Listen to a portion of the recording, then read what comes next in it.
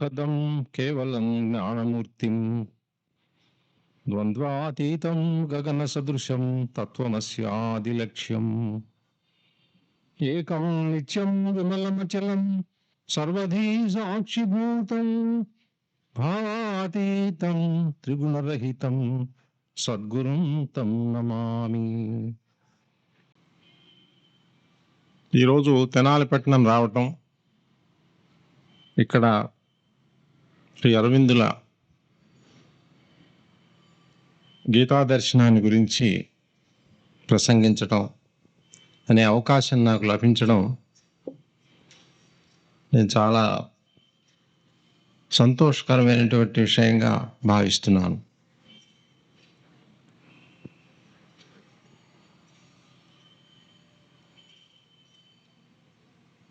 శ్రీ అరవిందులు అంటే చాలామందికి తెలుసు అనుకుంటాను, కానీ ఎవరన్నా తెలియని వాళ్ళు ఉంటే వాళ్ళకి తెలియటం కోసం ఆయన గురించి సంగ్రహంగా కొంచెం చెప్పదలుచుకున్నాను. ఆయన బెంగాల్ రాష్ట్రంలో కృష్ణధన్ ఘోష్ అనేటువంటి డాక్టర్ గారికి కుమారుడిగా జన్మించారు. ఆయన తండ్రి డాక్టర్ కృష్ణధన్ ఘోష్ నాస్తికుడు, ఆయనకి భగవంతుడి మీద విశ్వాసం లేదు. అయినప్పటికీ చాలా గొప్పవాడు, చాలా మంచి పనులు చేశాడు, ప్రజలకి చాలా సేవ చేసేవాడు. ఆయన తవ్వించినటువంటి కాలువ ఇప్పటికీ కూడా రంగాపూర్ అనేటువంటి చోట కేడీ కెనాల్ అని, కృష్ణధన్ కెనాల్ అనే పేరుతోటి ఇప్పటికి కూడా ఉన్నది. ఆయన తన స్వార్థాన్నంతా త్యాగం చేసి ప్రజలకి ఉపయోగపడాలని చెప్పి ఎంతో కష్టపడుతూ ఉండేవాడు. అయితే ఆయనకు ఒక పెద్ద నమ్మకం ఉండేది. ఏమిటంటే, మన భారతీయ సంస్కృతి ఎందుకు పనికి మాలింది, యూరోపియన్ సంస్కృతి చాలా గొప్పది, మన భారతీయ సంస్కృతిని కనుక మనం అవలంబించినట్లయితే నాశనం అయిపోతాం అనేటువంటి నమ్మకంతో తన కుమారుల మీద, ఆయనకి 4 కుమారులు ఉండేవారు, ఒక కుమార్తె, వారి మీద భారత సంస్కృతి యొక్క నీడ కూడా పడకూడదు అని అన్ని జాగ్రత్తలు తీసుకున్నాడు ఆయన. వాళ్ళని ఫ్లోరెట్టో కాన్వెంట్లో చేర్పించాడు. ఇంగ్లీష్ దొరలు వాళ్ళ పిల్లలు చదువుకునే కాన్వెంట్ అది, డార్జిలింగ్లో. అక్కడి నుంచి ఇంగ్లాండ్ పంపించాడు. ఇంగ్లాండ్ పంపించినప్పుడు అక్కడ దంపతుల దగ్గర వాళ్ళని ఉంచినప్పుడు వాళ్ళకి చెప్పాడు, మా వాడికి భారతదేశం యొక్క నీడ కూడా పడకూడదు, భారతదేశ సంస్కృతి విషయం వాడి చెవున పడకూడదు, ఇంగ్లీష్ సంస్కృతి బాగా నూరిపోయండి. భగవంతుడి లీలలు ఎంత చిత్రంగా ఉంటాయంటే, అంత జాగ్రత్తలు తీసుకొని భారతదేశ సంస్కృతికి అంత దూరంగా ఉంచినటువంటి అరవిందుల వారు భారతదేశానికి వచ్చి భారతీయ సంస్కృతిని అంతా కూడా క్షుణ్ణంగా అవలోకనం చేయటమే కాకుండా దాన్ని కొత్త మలుపులు తిప్పి ఇంతవరకు ఎవరికీ కనిపించినటువంటి దర్శనాన్ని భారతీయ సంస్కృతిలో ఆయన చూచి మనందరికీ కూడా అందించారు. ఏది ఎట్లా రాబోతున్నదో దాన్ని ఎవరు ఆపలేరు, ఎంత ప్రయత్నించినా కూడా. ఇంగ్లాండ్లో ఆయన పరీక్షల్లో ఉత్తీర్ణుడై అనేక భాషలు నేర్చుకుని, గ్రీక్ భాష, లాటిన్ భాష, స్పానిష్, జర్మన్, ఈ భాషలన్నీ నేర్చుకుని వాటిలో కవిత్వం కూడా రాయగలిగినంత పాండిత్యాన్ని ఆ భాషల్లో సంపాదించారు. అక్కడ ఐసిఎస్ పరీక్ష, ఇప్పుడు ఐఏఎస్ ఎట్లాగో పూర్వం ఐసిఎస్ అనేవాళ్ళు. ఇండియాలో కలెక్టర్లంతా పరీక్ష పాస్ అయితే కానీ ఇక్కడ కలెక్టర్లు అయ్యేవాళ్ళు కాదు. ఆ పరీక్ష కూడా ఆయన ఉత్తీర్ణుడై చివరి నిమిషంలో, అప్పుడు గుర్రపు స్వారీ ఒకటి ఉండేది, అది పాస్ అయితే కానీ ఐసిఎస్ ఇచ్చేవాళ్ళు కాదు. దానికి ఆయన ఏ కారణం చేతో వెళ్ళలేదు, వెళ్ళకపోవటం చేత ఆయనకి ఐసిఎస్ రాలేదు. బహుశా మనందరి అదృష్టం బాగుండి ఆయనకి ఆ బుద్ధి పుట్టలేదనుకుంటాను. లేకపోతే ఐసిఎస్ అయ్యి కలెక్టర్ బాబు అయిపోయో బంగళాలు కట్టుకుని హాయిగా బ్యాంక్ అకౌంట్లు పెట్టుకుని అందరిలాగానే ఉండేవాడు. మనకి ఇంత జ్ఞానం ప్రసాదించేటువంటి వ్యక్తి లభ్యమయ్యేడు వాడు కాడు. భగవత్ సంకల్పం ఆ విధంగా ఉన్నది. ఆయన భారతదేశం వచ్చిన తర్వాత బరోడా మహారాజు గారి యొక్క ప్రాపకంతో ఆ సంస్థానంలో ఉద్యోగంలో ఉండి అన్ని శాఖల్లో ఉద్యోగం చేసి చివరికి ఆయన స్థాపించిన కాలేజీలో ఇంగ్లీష్లో లెక్చరర్గా చేరి తర్వాత అక్కడ వైస్ ప్రిన్సిపాల్ అయ్యి ఇదంతా జరుగుతున్నప్పుడు మన దేశంలో స్వాతంత్ర్య ఉద్యమం చాలా ఉధృతంగా సాగుతున్నది. ఆ రోజుల్లో భారతదేశానికి స్వాతంత్ర్యం రావాలి అనేటువంటి దీక్షతో ఆయన స్వాతంత్ర ఉద్యమంలో అడుగుపెట్టారు. చేస్తున్నటువంటి ఉద్యోగం వదిలిపెట్టి, బాగా జీతం వచ్చేటువంటి ఉద్యోగం వదిలిపెట్టి బెంగాల్ వెళ్ళిపోయి మళ్ళీ అక్కడ కాంగ్రెస్ ఉద్యమంలో చేరి 3.5 సంవత్సరాలు కాంగ్రెస్లో ఉండి దాన్ని చాలా విప్లవాత్మకమైనటువంటి పార్టీగా తీర్చిదిద్ది బాలగంగాధర తిలక్, లాలా లజపతి రాయ్, బిపిన్ చంద్రపాల్, ఆ పేర్లు మన పిల్లలకి ఇప్పుడు ఎవరికి తెలియవు. ఇప్పుడంతా క్రికెట్ వాళ్ళు, సినిమా వాళ్ళే తెలుసు, కానీ ఈ పేర్లన్నీ మర్చిపోయినారు. That's most unfortunate. అయితే అటువంటి మహనీయులతో కలిసి పనిచేసి కాంగ్రెస్ని ఒక తీవ్రవాద సంస్థగా మలిచి స్వరాజ్యం మా జన్మ హక్కు అనేటువంటి నినాదాన్ని ఇచ్చి దాంతో ఆ ఉద్యమంలో నుంచి యువతలకు వచ్చారు. ఆ యువతలకు రావటానికి కారణం ఏమిటంటే ఏబి పురాణి గారని ఆయనకి చాలా అంతరంగిక శిష్యుల్లో ఒకరు. ఈవినింగ్ టాక్స్ అని ఆయన టాక్స్ అన్ని కూడా గ్రంథస్థం చేసిన వాడు, మహనీయుడు ఆయన. ఆయన అరవిందుల వారిని కలిస్తే ఒకసారి నువ్వు కూడా వచ్చి చేరవయ్యా మా ఆధ్యాత్మిక ఉద్యమంలో, రాజకీయాలు వద్దు నీకంటే ఆయన అడిగాట, దేశానికి స్వతంత్రం రావాలి కదా, మరి ఎట్లా, అది రాకుండా నేను ఆధ్యాత్మికంలోకి ఎట్లా రాను అని పురాణి గారు. సపోజ్ ఎవరైనా వస్తుందని వాగ్దానం చేశారనుకో, అప్పుడు వస్తావా అన్నారట. వాయిస్ నువ్వు వాగ్దానం చేస్తే ఎవరైనా సరే నేను వస్తాను, అయితే ఇండియాకి స్వాతంత్రం వచ్చింది నువ్వు వచ్చేయమన్నా. ఇంకా ఆయన పాండిచ్చేరి వెళ్ళక ముందు అనుకుంటాను ఇది. అంటే అప్పుడే తెలుసు ఆయనకి ఇంకా భారతదేశానికి స్వాతంత్రం వచ్చినట్టే. ఎప్పుడు వస్తుంది అనేది, ఎన్ని సంవత్సరాలు పడుతుంది, ఎప్పుడు వస్తుంది అనే ఆ సందేహమే తప్ప వస్తుందా రాదా అనే సందేహం లేదు. స్వాతంత్రం వచ్చేసింది. అయితే స్వాతంత్రం వచ్చాక ఏం కావాలి? స్వాతంత్రం రాగానే ఆయన కవి గారు రాసినట్టుగా స్వాతంత్రం వచ్చేనని సభలే చేసి సంబరపడగానే సరిపోదోయని, స్వాతంత్రం వచ్చిందంటే సరిపోదు. తర్వాత ఏమిటి మన భవిష్యత్తు? మనం ఏం చేయాలి? ఆ స్వతంత్రాన్ని మనం ఏం చేయాలి? దాంతో మనం ఏం సాధించాలి? ఆ ప్రశ్న ఇప్పటికి కూడా ప్రశ్నగానే మిగిలిపోయింది. శ్రీ అరవిందుల వారి అభిప్రాయం వేరు. ఆయనది పేట్రియాటిజం అంటానికి వీల్లేదు. పేట్రియాటిజం కాదు, patriotism is very narrow term. భారతదేశానికి భగవంతుడు ఒక కర్తవ్యాన్ని ఇచ్చాడు. ఆ కర్తవ్యం ఏమిటంటే ప్రపంచానికి మార్గదర్శకత్వం వహించాలి. ప్రపంచం ఏ సమస్యల్ని పరిష్కరించలేక సతమతం అవుతున్నదో, ఏ సమస్యల్ని ఎదుర్కొనలేక తలకిందులైపోతున్నదో, ఆ సమస్యలన్నిటికీ, మానవ జాతి ఎదుర్కొంటున్నటువంటి ఎగ్జిస్టెన్షియల్ ప్రాబ్లమ్స్ అన్నిటికీ పరిష్కారాన్ని అందించేటువంటి శక్తి స్తోమతలు ఉన్నది భారతదేశం ఒకటే. కాబట్టి అల్టిమేట్ సొల్యూషన్, అంతిమ పరిష్కారం మన భారతదేశం నుంచే రావాలి. భారతదేశం సర్వ ప్రపంచానికి కూడా గురుత్వం వహించాల్సినటువంటి స్థితిలో ఉన్నది. అది వచ్చి తీరుతుంది. దానికోసం మనం మానవ జాతిని సమాయత్తం చేయాలి. అటువంటి ఉద్యమాన్ని మనం పూనుకోవాలి అనేటువంటి ఉద్దేశంతో ఆయన రాజకీయాలను వదిలిపెట్టి ఆధ్యాత్మికంలోకి దృష్టి మళ్లించారు. ఏనాటికైనా సమస్యను మనం కనుక్కొని తీరాలి. మన రాజకీయాలు, మన సాంఘిక, ఆర్థిక, కాకపోతే మానవత్వ సంబంధమైనటువంటి ప్రణాళికలు ఎన్నున్నప్పటికీ అవన్నీ చేసే పనులు చేస్తూ ఉంటాయి, మంచి పనులు చేస్తున్నాయి, చేయనివ్వండి.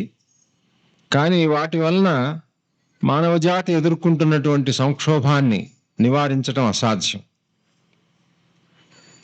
నిప్పుల మీద నీళ్లు చల్లినట్టుగా తాత్కాలికంగా మనం ఉపశమనాలు చేయగలమే కానీ పూర్తిగా మనం సమస్యని పరిష్కారం చేయలేం. కనుక ఎట్లా ఈ మానవ జాతికి ఎదుర్కొంటున్నటువంటి సమస్య ఏమిటి? ఆ సమస్య అంటే ఎన్ని నీతులు చెప్పినా, ఎన్ని సిద్ధాంతాలు చెప్పినా, ఎన్ని సంస్థలు నిర్మించినా, ఎన్ని వ్యవస్థలు నిర్మాణం చేసినా మానవ జాతికి అవస్థలు మాత్రం తప్పటం లేదు. వ్యవస్థలు వచ్చినా అవస్థలు పోవటం లేదు. రెండు జాతులు కానీ అసలు ఇద్దరు వ్యక్తులే కలిసి ఉండలేకపోతున్నారు. ఇద్దరు మనుషులు ఒక చోట ఉంటే వారిద్దరూ కలిసి సామరస్యంగా పనిచేయలేకపోతున్నారు. ఇద్దరు భాషలకు చెందిన వాళ్ళు, రెండు మతాలకు చెందిన వాళ్ళు, రెండు జాతులకు చెందిన వాళ్ళు కలిసి ఒక చోట ఉండలేకపోతున్నారు. వాళ్ళ మధ్య ఎన్నో సంఘర్షణలు వస్తున్నాయి, ఎంతో రక్తపాతం జరుగుతున్నది, కలిసి ఉండలేకపోతున్నాయి. మతద్వేషాలు, జాతి ద్వేషాలు, ఎన్నో రకమైనటువంటి ద్వేషాలతో అట్టుడికిపోతున్నది మానవ జాతి. ఏమిటి ఇందులో కీలకం? ఎవరినో తప్పు బట్టి లాభం లేదు. వీరి తప్పు, కాసేపు వీరి తప్పు, కాసేపు వారిది తప్పు. ఎవరిది తప్పు అని కాదు ఇక్కడ ప్రశ్న. అసలు ఎందుకు వస్తున్నది ఈ సమస్య అనేది ప్రశ్న. రెండే జాతులు ఉన్నటువంటి దేశాలు కూడా ఒకరి మీద ఒకరు కత్తులు దూసుకుంటూ ఎంతో విధ్వంసానికి కారణమవుతున్నాయి. వాళ్ళతో పోల్చి చూడండి మన దేశాన్ని, భారతదేశాన్ని.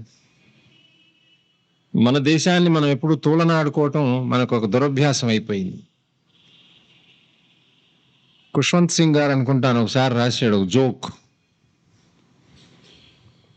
శాస్త్రజ్ఞులు బొద్దింకల్ని తీసుకొచ్చి ఒక జారులో పెట్టారట. ఇండియా బొద్దింకల్ని ఒక జారులోను, ఇతర దేశ బొద్దింకల్ని ఇంకొక జారులో పెట్టారు. ఆ పరదేశపు బొద్దింకలున్న జారు మీద మూత పెట్టారట. ఇండియా దాని మీద మటుకు మూత పెట్టలేదు. ఎవరో అడిగారు, మరి ఇండియా కాక్రోచెస్ ఉన్న దాని మీద మూత పెట్టలేదేమండి, మరి బయటికి వెళ్ళిపోవా, దాని మీద మూత పెట్టారు, దీని మీద పెట్టలేదంటే ఆ భయం ఏం లేదండి. ఇండియా కాక్రోచ్ ఒకటి పైకి పోతుంటే ఇంకోటి దాని కిందికి లాగుతూ ఉంటుంది. అందుచేత ఈ కాక్రోచెస్ ఎప్పుడు బయటకు పోవు, వాటి మీద మూత పెట్టాల్సిన అవసరం లేదు. ఇది భారతదేశంలో భారతీయులకి ఆత్మ కించపరుచుకోవటం, ఆత్మ న్యూనతాభావం, ఈ ఇన్ఫీరియారిటీ కాంప్లెక్స్ ఎందుకు వచ్చిందంటే చాలా సంవత్సరాలు బానిసత్వంలో ఉండటం చేత మన విలువను ఏదో మనం గుర్తించలేకపోతున్నాం. ఈనాటికి కూడా మనం గర్వించదగినటువంటి స్థితిలో ఉన్నాం ఎవరితో కంపేర్ చేసినా కూడా. ఇన్ని మతాలు, ఇన్ని జాతులు, ఇన్ని సంస్కృతులు, ఇన్ని ఆచార వ్యవహారాలు ఉన్నటువంటి దేశం ఒకటి చూపించండి ఎక్కడుందో. ఇది ఎంత గ్రేట్ అచీవ్మెంట్ ఇది మనది. అంటే అక్కడక్కడ స్కర్మిషెస్ ఏవో ఉంటాయి, ఇంతమంది ఇన్ని రకాల జనం ఉన్నప్పుడు ఏదో చిన్న చిన్న వస్తూ ఉంటాయి, అవి సమసిపోతూ ఉంటాయి. ఎవరో పెద్దవారు జన్మిస్తున్నారు ఇక్కడ, అందరినీ ప్రశాంతం చేస్తున్నారు. గాంధీ మహాత్ముడు వచ్చాడు, వినోబా గారు వచ్చారు, ఇంకెవరో వచ్చారు, రామకృష్ణ పరమహంస వచ్చారు. మహనీయులందరూ ఈ గడ్డ మీదే పుట్టారు. ఏదైనా ప్రాబ్లమ్స్ వచ్చినప్పుడు వాళ్ళు మహనీయులు జన్మిస్తున్నారు, వాళ్ళు దాన్ని సాల్వ్ చేస్తున్నారు. వేద శాఖలు వెలసనిచ్చట, ఆది కావ్యం బలరనిచ్చట, బాదరాయణ పరమరుషులకు పాలు సుమ్మిది తమ్ముడా అని రాయప్రాలు సుబ్బారావు గారు రాశారు. మన గొప్పతనాన్ని మనం తెలుసుకోలేకపోతున్నాం. ఎందుకంటే గొప్పతనం అంటే ధనం సంపాదించటంలోనే ఉన్నది అనేటువంటి దురభిప్రాయం ఒకటి మనలో పడిపోయింది. ఏ దేశం బాగా డబ్బు సంపాదిస్తే అది చాలా గొప్పది అని మన ఉద్దేశం. అమెరికా బాగా డబ్బు సంపాదిస్తే అమెరికా చాలా గొప్పది, లేకపోతే ఎట్లా సంపాదిస్తుంది? ఏదో చాలా గొప్ప గుణాలు ఉండబట్టే సంపాదించి. ఇండియా సంపాదించట్లేదంటే ఏదో హీన గుణాలు ఉండబట్టే సంపాదించటం లేదు. రమణ మహర్షి, రామకృష్ణ పరమహంస వీళ్ళంతా దారిద్ర్య రేఖకి చాలా దిగువన ఉన్నారు. ఎందుకంటే ఆయన గోచి పెట్టుకున్నాడు, ఈయనేమో అంగోస్త్రం కట్టుకున్నాడు. గాంధీ గారు వీళ్ళంతా దారిద్ర్య రేఖకి చాలా కింద ఉన్న వాళ్ళు. వాళ్ళ కూడు గుడ్డ ఇవ్వాలి మనం. ఈ విధంగా మన గొప్పతనాన్ని మనం తెలుసుకోలేక ఎంత సామరస్యాన్ని మనం సాధిస్తున్నాం. India is a miniature world. ఇది ఇక్కడ లేనిది ప్రపంచంలో ఎక్కడా లేదు. కనుక ప్రపంచంలో ఉండే ఈ వైరుధ్యాలు, ఈ అసామరస్యాలు, ఈ కల్లోలాలు ఇవన్నీ నివారణ కావాలంటే పరిష్కారం ఈ దేశం నుంచే రావాలి. ఇంకొక దేశానికి ఆ స్తోమత లేదు, ఆ హక్కు లేదు. వాడు డబ్బు ఉంటే ఉండుగాక. చూశాను మొన్న అమెరికా, నేను ఏముంది వాళ్ళ లైఫ్లో అసలు ఉన్నతమైన థాట్స్కి స్పేస్ ఎక్కడుంది? 24 గంటలు డబ్బు సంపాదించడం, సుఖాలు అనుభవించడం తప్ప ఏదైనా హయ్యర్ థాట్, ఈ ప్రపంచం ఏమిటి, ఇది ఎటుపోతున్నది, దీనికి మనం ఏం చేయాలి అనేటువంటి ఆలోచించడానికి తగినటువంటి వాతావరణం లేనే లేదు. టైం లేదు, దానికి స్పేస్ లేదు. ఆ స్పేస్ ఉంచుకోవటం కోసం మనం ఏం చేసామంటే మనం ఫిజికల్ వైటల్ మెటీరియల్ థింగ్స్ని కొంచెం తగ్గించుకున్నాం. ఇవి తగ్గించుకుంటే దానికి ఎక్కువ స్పేస్ ఉంటుంది అనేటువంటి ఉద్దేశంతో వాలంటరీగా మనం కావాలని చెప్పి లో స్టాండర్డ్ ఆఫ్ లివింగ్ని ఎన్నుకున్నాం. మన మహర్షులు వాళ్ళు సంపాదించలేక కాదు. మనపాటి సంపాదించలేరా అండి వాళ్ళు? రమణ మహర్షి తలుచుకుంటే మనపాటి సంపాదించలేడు. నేను ఇల్లు కట్టుకున్నాను, ఇల్లు కట్టుకోలేడా? అరవిందుల వారు ఐసీఎస్ ఆఫీసర్ అయి, కలెక్టర్ అయి, బంగళాలు కట్టి మరి ఐశ్వర్యవంతుడు కాలేడా? ఎందుకని వాళ్ళు అట్లా త్యాగం చేశారు? త్యాగానికి విలువ లేదా? డబ్బుకేనా విలువన్నది? ఆ డబ్బు ఎట్టా సంపాదించినా పర్వాలేదు, ఎన్ని దేశాలు దోచుకున్నా పర్వాలేదు, ఎంతమందిని డామినేట్ చేసినా పర్వాలేదు, ఎంతమందికి కొంపలకి చిచ్చు పెట్టి సంపాదించినా పర్వాలేదు. సో ఎవరు డబ్బు సంపాదిస్తే వాడు మనగాడు, వాడికి దాసోహం. చివరికి మన ఆధునిక భారతదేశంలో ఈ విద్యావంతులైనటువంటి వాళ్ళు ఇట్లా దేశాన్ని భ్రష్టు పట్టిస్తున్నారు. ఈ దేశం ఈ విధంగా ఉండగలిగిందంటే చదువుకోని వాళ్ళ వల్లే ఉన్నది, ఇంకా చదువుకున్న వాళ్ళ వల్ల కాదు. ఎందుకంటే ఆ చదువు బలవంతాన వాళ్ళు మనలో ఆత్మన్యూనతా భావాన్ని కలిగించడం కోసం, మీరెందుకు పనికిరారురా, మీరు చచ్చువేధవులరా, మీరు గోచీపాత రాయులురా, మీకేమీ రాదురా, మీకేమీ తెలియదురా అని చెప్పి మనలో ఎందుకు పనికిరాని వాళ్ళం అనేటువంటి ఒక భావాన్ని వాళ్ళు క్రియేట్ చేసిన విద్యా విధానంలో మనం పెరిగి చదువుకున్నాం కాబట్టి మనకు కూడా అట్లాగే అనిపిస్తున్నది. శ్రీ అరవిందుల వారు ఇవన్నీ చూశారు. దానికోసమే ఆయన దాని పరిష్కార మార్గాలన్నింటినీ కూడా పాండిచ్చేర్యాశ్రమంలో విద్యా విధానం కొత్తది చూపించారు, జీవన విధానం కొత్తది చూపించారు. ఇదిగో ఇట్లా అయితే సమస్యలు పరిష్కారం అవుతాయన్న. ఏనాటికైనా ప్రపంచం దీన్ని చూసే నేర్చుకోవాలి. గతి లేదు. ఇవాళ వాళ్ళు గొప్పవాళ్ళ డబ్బులు సంపాదించవచ్చు, చాలా కోటీశ్వరులు కావచ్చు, డాలర్లు సంపాదిస్తున్నారు. ఎందుకు సంపాదిస్తున్నారంటే అన్ని దేశాల మీద దండయాత్రలు చేయటానికి, అన్నదమ్ముల మధ్య చిచ్చు పెట్టడానికి, తమ మాట ఎవరన్నా కాదంటే వాడికి పక్కలో బల్యంగా ఇంకొక దేశాన్ని సృష్టించటానికి, ఇట్లాంటి అవకతవక పనులు చేసేయడానికి, విధ్వంస కార్యాలకు పూనుకోవటానికి వాళ్ళ ఐశ్వర్యం అంతా కూడా వెచ్చిస్తున్నారు. మనం ఎప్పుడు అట్లా చేయలేదు. మనం ఎప్పుడు ఇంకొకటి యొక్క అంగుళం మేర భూమిని కూడా మనం ఆశించలేదు. ప్రపంచంలో దురాక్రమణ చేయనటువంటి దేశం ఒక భారతదేశం ఒకటే ఉన్నది, ఘంటాపదంగా చెప్పుకోవచ్చు మనం. అది చేతగాంతనం కింద జమ కడతావా? అందరినీ హింసించడమేనా సమర్థత? అదే నా గొప్పతనం. తేన త్యక్వేన భుంజీత మాగృత కశ్యసిధ్వనం అని ధనం అని చెప్పి ఈశావాస్యోపనిషత్తు చెప్పినటువంటి ఆదర్శానికి అనుగుణంగా మన దేశం మొదటి నుంచి తీర్చిదిద్దుకుంటూ వస్తున్నామే. మన మహర్షులు, మన మహనీయులు ఈనాటికి కూడా ఇట్లాంటి తత్వ సంపన్నులు జన్మించి మన దేశంలో, నాయనా ఇట్లా కాదు, కొంత స్పేస్ మీ జీవితంలో హయ్యర్ థాట్ వదిలిపెట్టండి, దాన్ని అంతా దీంతోనే నింపేయకండి అని చెప్పి వాళ్ళు మనకు ప్రబోధిస్తూ ఉన్నారు.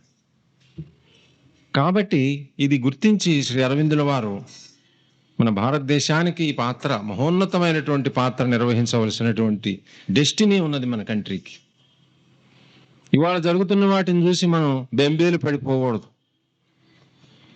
ఇవాళ జరుగుతున్న అవకతవకలను చూసి ఇంకేముంది, అయిపోయింది, ఇండియా మునిగిపోయిందని అనుకోకూడదు. ఇండియా మునిగిపోయిందని చాలాసార్లు చెప్పారు, కానీ మునగలే.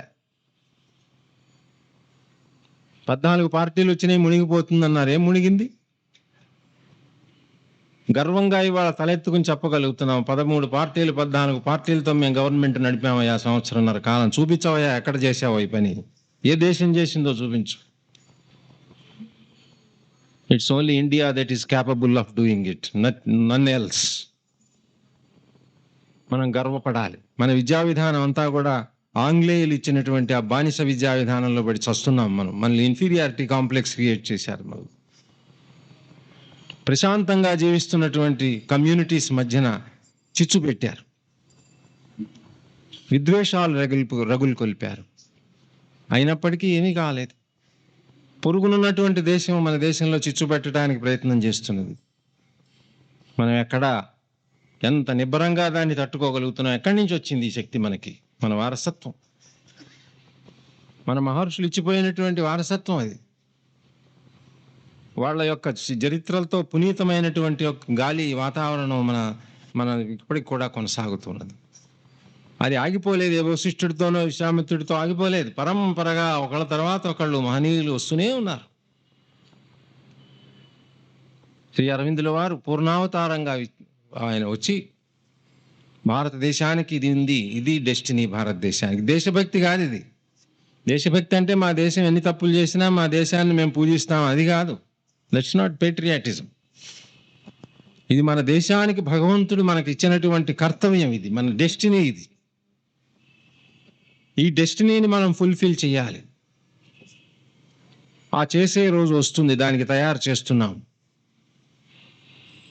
అంత తొందరగా రావు మహా విషయాలు. అల్ప విషయాలు తొందరగా వస్తాయి, మహా విషయాలు చాలా ఆలస్యం పడుతుంది. ఎన్నో అడ్డంకులు వస్తాయి, అవకతవకలు వస్తూ ఉంటాయి. ఒక మహా విషయాన్ని మన అందరికీ తెలుసు, ఆర్గనైజ్ చేస్తున్న వారికి తెలుసు. చిన్న ఆర్గనైజేషన్ మనం నడిపించాలంటే ఎన్ని వస్తాయో చూడండి, ఎన్నిటిని ఎదుర్కొనాల్సి వస్తుందో చూడండి. మరి అట్లాంటప్పుడు ఒక ప్రపంచానికే ఒక సమస్య పరిష్కారం కావాలంటే మాటలతో ఏ పని కాదు. అందుకనే మన భారతదేశంలో విద్వేషం కానీ, మనుషులకి మధ్య, జాతులకి మధ్య, భాషలకి మధ్య, ప్రాంతాలకు మధ్య విభేదాలు రెచ్చగొట్టేటటువంటి వాటికి కానీ ఏదో తాత్కాలికంగా సరే అంటే తలకాయ ఊపితే ఊపొచ్చు, కానీ మన నరాల్లో, మన రక్తనాళాల్లో అది లేదు. అది మనం అందరినీ ఆహ్వానించాం. పరదేశం స్వదేశం అనేటువంటి దురభిమానాలు ఎప్పుడూ లేవు భారతదేశానికి.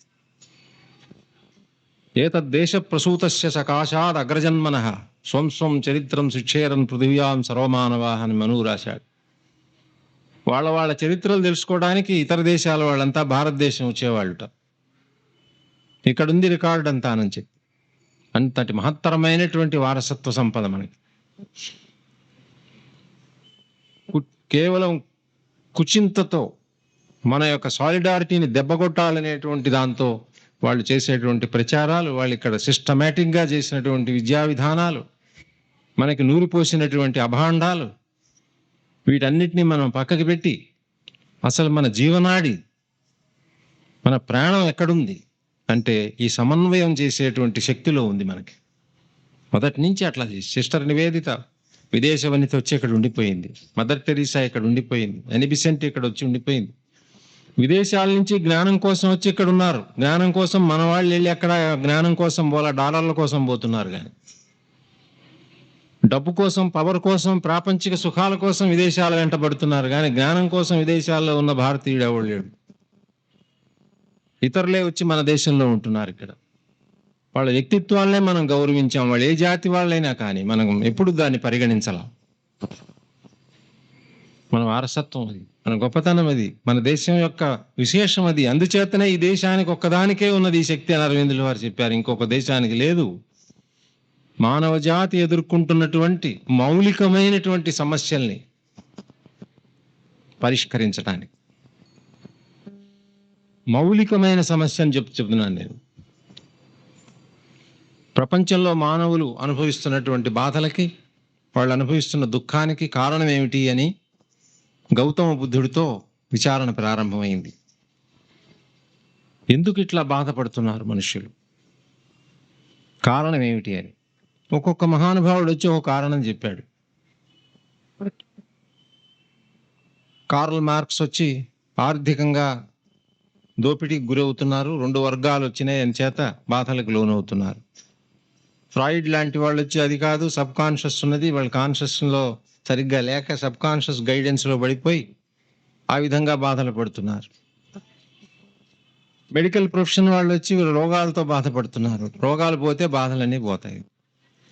ఆర్థికంగా అందరికీ కూడు గుడ్డ అన్ని వస్తే అన్ని బాధలు పోతాయి. ఎవరు ఇంకా దుఃఖపడాల్సిన అవసరం ఉండదు.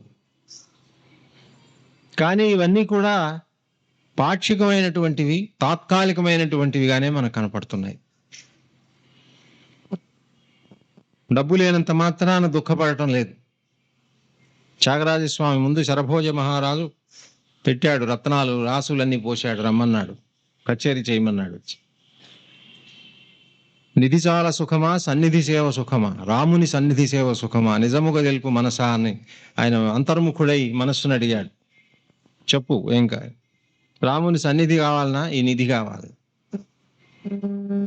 దధి నవనీత క్షీరములు రుచో, దాశరథి ధ్యాన పద ధ్యాన సుధారసములు రుచో, నిజముగా తెలుపు మనసా.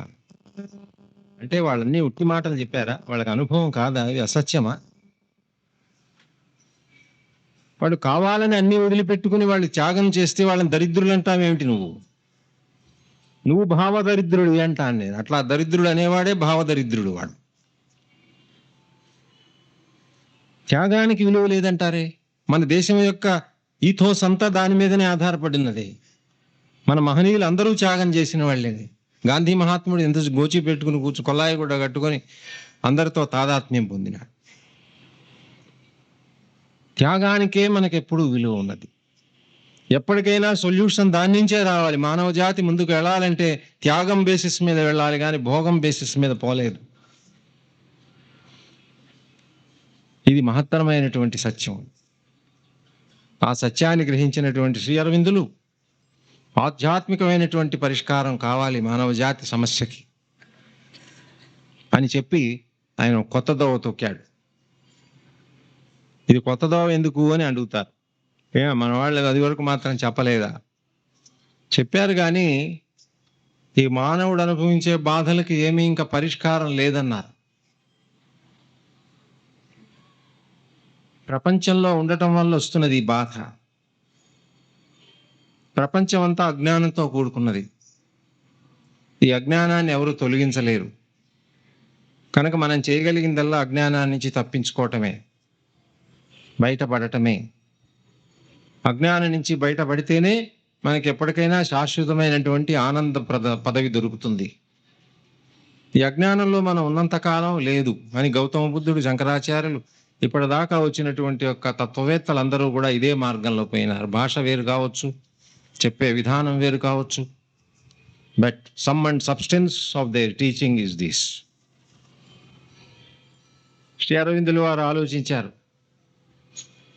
జీవితంలోంచి తప్పించుకుపోవటమే, ఇందులోంచి అడంగా వెళ్ళిపోవటమే మార్గమా? ఇంకేమన్నా ఆల్టర్నేటివ్ ఉన్నదా? ఇది ఒకటే మార్గం అయ్యేటైతే ఇంకా ప్రపంచానికి ఏం భవిష్యత్తు లేనట్టే లెక్క. ప్రపంచానికి భవిష్యత్తు లేదు. ఇది అజ్ఞానంలో ఇలా కొట్టుకుంటూ ఉండాల్సిందే, ఆ గాడిలో తిరుగుతూ ఉండవలసిందే. అందులోంచి వ్యక్తులు మాత్రం కొంతమంది సాధన చేత, కఠోరమైన తపశ్చర్య చేత వాళ్ళు మాత్రం దీంట్లో నుంచి బయటపడగలరు. That is open to certain individuals, not for the mass. Mass ఎప్పుడు ఈ అజ్ఞానంలో ఇలా తిరుగుతూ ఉండాల్సిందే. దాన్ని వదిలిపెట్టి అవతలకి పోవటమే శరణ్యము. అంటే ఒక వ్యక్తిగతమైనటువంటి పరిష్కారం ఇది. వ్యక్తులకి మాత్రమే చెందుతుంది. నేను అజ్ఞానంతో నాకు ఇష్టం లేదు, నేను దాని నుంచి అవతలకి వెళ్ళిపోతాను. ప్రపంచం మాత్రం అజ్ఞానంలో కొనసాగుతూనే ఉంది. అంటే వ్యక్తులకి ఉన్నది కానీ సొల్యూషను ప్రపంచం మొత్తానికి లేదు. మానవ జాతి మొత్తానికి సొల్యూషన్ లేదు. ఇక అది అంతే, అది అట్లా ఉండిపోవలసిందే. ఈ స్టేజ్ వరకు మనం వచ్చాం ఆధ్యాత్మిక తత్వంలో. ఇక్కడ ఆలోచించాల్సినటువంటి సమయం ఏర్పడ్డది మనకి. ఇది ఇంతేనా, ఇదే ఫైనలా, ఇంకా దీని తర్వాత ఏమన్నా ఉందా? అంటే మానవ జాతి మొత్తానికి కూడా ఏదైనా పరిష్కారం లభించేటువంటి విధానం ఉన్నదా లేదా అనేటువంటి ప్రశ్న శ్రీ అరవిందుల వారిలో చెలరేగింది. సరే, వ్యక్తులు వెళ్ళిపోతారు. చాలామంది వ్యక్తులు మహనీయులు వాళ్ళు తపశ్చర్య చేత అజ్ఞానంలోంచి తప్పించుకున్నారు, జ్ఞానంలో పడ్డారు. ఇది పెద్ద డిస్టర్బెన్స్గా ఉంది. కనుక ఇదే ఫైనల్ అనేటైతే ఇంతటితో సమాప్తం, ఇంకా తెరదించాలి నాటకానికి. ఆయన ఒప్పుకోలేదు దాన్ని. ఏదైనా మార్గం ఉండకపోతుందా? ఎక్కడన్నా దీనికి సూచన దొరక్కపోతుందా? ఇది ఇంతేనా? ఇది ఇంత అయి ఉండటానికి వీల్లేదు. మనకు కూడా అట్లాగే అనిపిస్తుంది, ఇంతేనా? మనం ముక్తి పొందాలంటే మన అంతరాత్మ మన శరీరంలోంచి, ప్రాణంలో నుంచి, మనస్సులో నుంచి అవతల పడటమేనా? అంతకంటే మార్గం లేదా? మరి ఇట్లా వీటి నుంచి తప్పించుకుపోవాలంటే వీటిలోకి అసలు ముందుగా ఎందుకు రావాల్సి వచ్చింది అంతరాత్మ? దీంట్లోకి రానేలా, తప్పించుకుపోనేలా? బ్రహ్మని నిర్బంధించిన వారెవరు? ఈ ప్రశ్నలన్నీ మనకి వచ్చినాయి. కనుక దీనికి ఏమైనా మనం సమాధానం దొరుకుతుందా అని ఆయన అన్వేషించడం ప్రారంభించారు. మన శాస్త్రాలన్నీ చూశారు, వేదాలన్నీ చదువుకున్నారు. సీక్రెట్ ఆఫ్ వేద అని దాని మీద పుస్తకం కూడా రాశారు. ఉపనిషత్స్ అన్నీ చదివారు, ఉపనిషత్స్ మీద పుస్తకం రాశారు. ఈశావాస్యోపనిషత్తు మీద అరవిందులు రాసినటువంటి వ్యాఖ్యానం అత్యద్భుతం. అలాగే భగవద్గీత చదివారు. ఆ గీత మీద ఆయన రాసినటువంటి వ్యాఖ్యానం ఎస్సేస్ ఆన్ ది గీత అని పేరు పెట్టారు. ఎస్సేస్ అన్నాడు ఆయన, కామెంటరీ అని అనలేదు. You see how humble is. Commentary అని వ్యాఖ్యానం అని చెప్పలే. ఎస్సేస్. సైకాలజీ లేటెస్ట్గా ఇప్పుడు వస్తున్నటువంటివన్నీ కూడా ఆయన చదివి అక్కడేమన్నా కులుగు దొరుకుతుందా దీనికి అని పరిశోధన చేయటం మొదలుపెట్టారు. ఇవన్నీ చూసిన తర్వాత ఆయనకి ఒక క్లూ దొరికింది. ఆ క్లూ పట్టుకొని, ఆధారం పట్టుకొని, ఆ క్లూ ఆయనకు ఉపనిషత్తుల్లో దొరికింది. దాని ఆధారంగా వారు చాలా పరిశోధన చేసి, చాలా తపస్సు చేసి, అజ్ఞానం నుంచి వ్యక్తులు తప్పించుకోవటం ఒకటే పరిష్కారం కాదు, అజ్ఞానాన్ని కూడా మనం పరివర్తన చేయొచ్చు. అజ్ఞానాన్ని పరివర్తన చేసేటువంటి, దాన్ని మార్చగలిగేటువంటి ఒక పద్ధతి మనం తెలుసుకున్నట్టయితే, అది మార్చగలిగినటువంటి ఒక అవకాశం ఉన్నది అని మనం గ్రహించినట్లయితే మనకి పరిష్కారం దొరుకుతుంది. అప్పుడు మనుషులు ఇందులోంచి పారిపోవాల్సిన పని లేదు, ఇందులోనే ఉండొచ్చు. దీన్ని పరిపూర్ణం చేయొచ్చు, దీన్ని పర్ఫెక్ట్ చేయొచ్చు అనేటటువంటి ఒక భావన ఆయనలో మెరిసింది.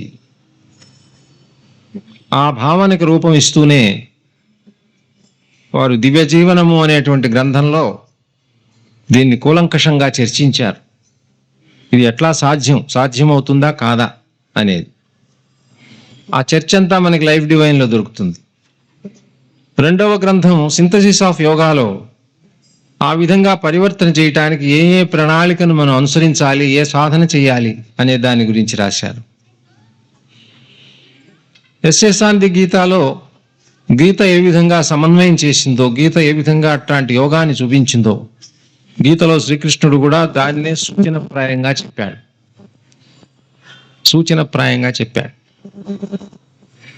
అర్జునుడు జీవితంలోంచి పోతాను అని చెప్పి పారిపోతున్నటువంటి వాణ్ణి పోనివ్వకుండా తీసుకొచ్చి, నువ్వు ఉండాల్సిందే, నువ్వు ఇక్కడ జీవితంలో పాల్గొనవలసిందే, నువ్వు జీవితంలో పని చేయవలసిందే, ఇక్కడ నువ్వు జీవితంలో పనిచేయటం అందరూ అజ్ఞానులు చేస్తున్నట్టుగా కాదు, నా ఉపకరణంగా, నా ఇన్స్ట్రుమెంట్గా నువ్వు ఇక్కడ పని చేయాలి అని చెప్పి అర్జునుడిని ప్రబోధించి మళ్ళీ తీసుకొచ్చి జీవితంలో ప్రవేశపెట్టినటువంటి అద్భుతమైనటువంటి సన్నివేశాన్ని మహాభారతంలో వ్యాస మహర్షి ప్రవేశపెట్టాడు. దాంట్లో ఉన్నటువంటి గూఢార్థాన్ని అంతా కూడా బయటకు తీసుకొచ్చి శ్రీ అరవిందులు ఎస్సేస్ ఆన్ ది గీత అనేటువంటి మహాగ్రంథాన్ని రచించారు. ఆ గ్రంథంలో ఉండేటువంటి లోతులు, అందులో ఉండేటువంటి వైశాల్యాలు, అందులో ఉండేటువంటి ఔన్నత్యాలు అనుభవించిన వాడికే తెలియాలి, కానీ మాటలతో చెప్పేది కాదు. అది మహోన్నతమైన గ్రంథం. అది అటువంటి గ్రంథం ఇంగ్లీష్ భాషలో చాలా తక్కువ వెలువడ్డాయి. విదేశాల్లో కూడా ఆ పుస్తకాన్ని చదివి గుండెలు బాదుకున్నారు. ఏంటి ఇంత ఇట్లా రాయటం సాధ్యమవుతుందా? ఆ గ్రంథంలో ఇంకో విశేషం ఏంటంటే, అది చదివినట్లయితే మనకి మన ఇంతవరకు వచ్చినటువంటి వేదాంతానికి, ఆయన కొత్తగా సూచిస్తున్నటువంటి వేదాంతానికి మధ్యన ఇది ఒక వంతెనలాగా పనిచేస్తుంది. ఎందుకంటే దాని మీద ఆయన ప్రశ్న వేసుకుని ఇంకొక ఆల్టర్నేట్ ఉండకపోతుందా, ఆల్టర్నేట్ ఏమిటో మనం వర్కౌట్ చేద్దాం అనేటువంటి సంకల్పంతో వచ్చారు కనుక ఆ ఎస్సేస్ ఆన్ ది గీతాలో మనకు ఆ రెండూ కనపడతాయి. Link scripture of the old and the new. అది ప్రతి వాళ్ళు కూడా తప్పకుండా చదవలసినటువంటి గ్రంథం. ఇప్పుడు నేను చెప్పినటువంటి 3 గ్రంథాలు, the Life Divine, the Synthesis of Yoga, the Essays on the Gita అనే 3 గ్రంథాలు కూడా నేను అనుకుంటాను అరవింద వేదాంత ప్రస్థానత్రయం. ఇది మన వేదాంతానికి ప్రస్థానత్రయం ఉపనిషత్తులు, బ్రహ్మసూత్రాలు, భగవద్గీత అని చెప్పుకుంటాం మనం. అందులో ప్రస్థానత్రయంలో గీత ఉన్నది, అరవిందుల ప్రస్థానత్రయంలో కూడా గీత ఉన్నది. ఇది ఒక వినూత్నమైనటువంటి అప్రోచ్. ప్రిజుడిసెస్ మనం పక్కన పెట్టాలి. కేవలం మనం సత్యాన్వేషకులంగా ఉండాలి, కానీ ఏదో క్యూరియాసిటీతోనో లేకపోతే ఈయనేం చెప్పాడో చూద్దాంలే, ఏదో సర్కస్కి వెళ్తామే, సర్కస్కి వెళ్తే వాడు ఎట్ట ఆడతాడో చూద్దాం, వాడు ఏమో గాజు పెంకులు నవ్వులుతాడు ఎట్ట నవ్వులుతాడో చూద్దాం అన్నట్టుగా రాకూడదు ఇవి వినటానికి. You must be serious. మానవ జీవితానికి ఎంతో గడ్డు సమస్య ఎదురవుతున్నది. ఇది ఎగ్జిస్టెన్షియల్ ప్రాబ్లం, ఇది మూల సమస్య. ఇది దీనికి ఏమన్నా పరిష్కారం చెప్తారా ఈ మహనీయులు, తెలుసుకుందాం అనేటువంటి సీరియస్నెస్తో వస్తేనే ఇక్కడ ఏదైనా ప్రయోజనం కలుగుతుంది. ఊరికే క్యూరియాసిటీ కోసం రావటం, కాలక్షేపం కోసం కాదు. ఇది ఆషామాషి కాదు. ఇది వేదాంతం అనేది చాలా సీరియస్ సబ్జెక్ట్. అది అంటే అది మానవ జాతిని గురించి ఆలోచించే వాళ్ళకి పనికొచ్చే సబ్జెక్ట్. అది మానవ జాతిని గురించి ఆలోచించే వాళ్ళు ఎంతమంది ఉన్నారు ప్రపంచంలో? చాలా తక్కువ మంది.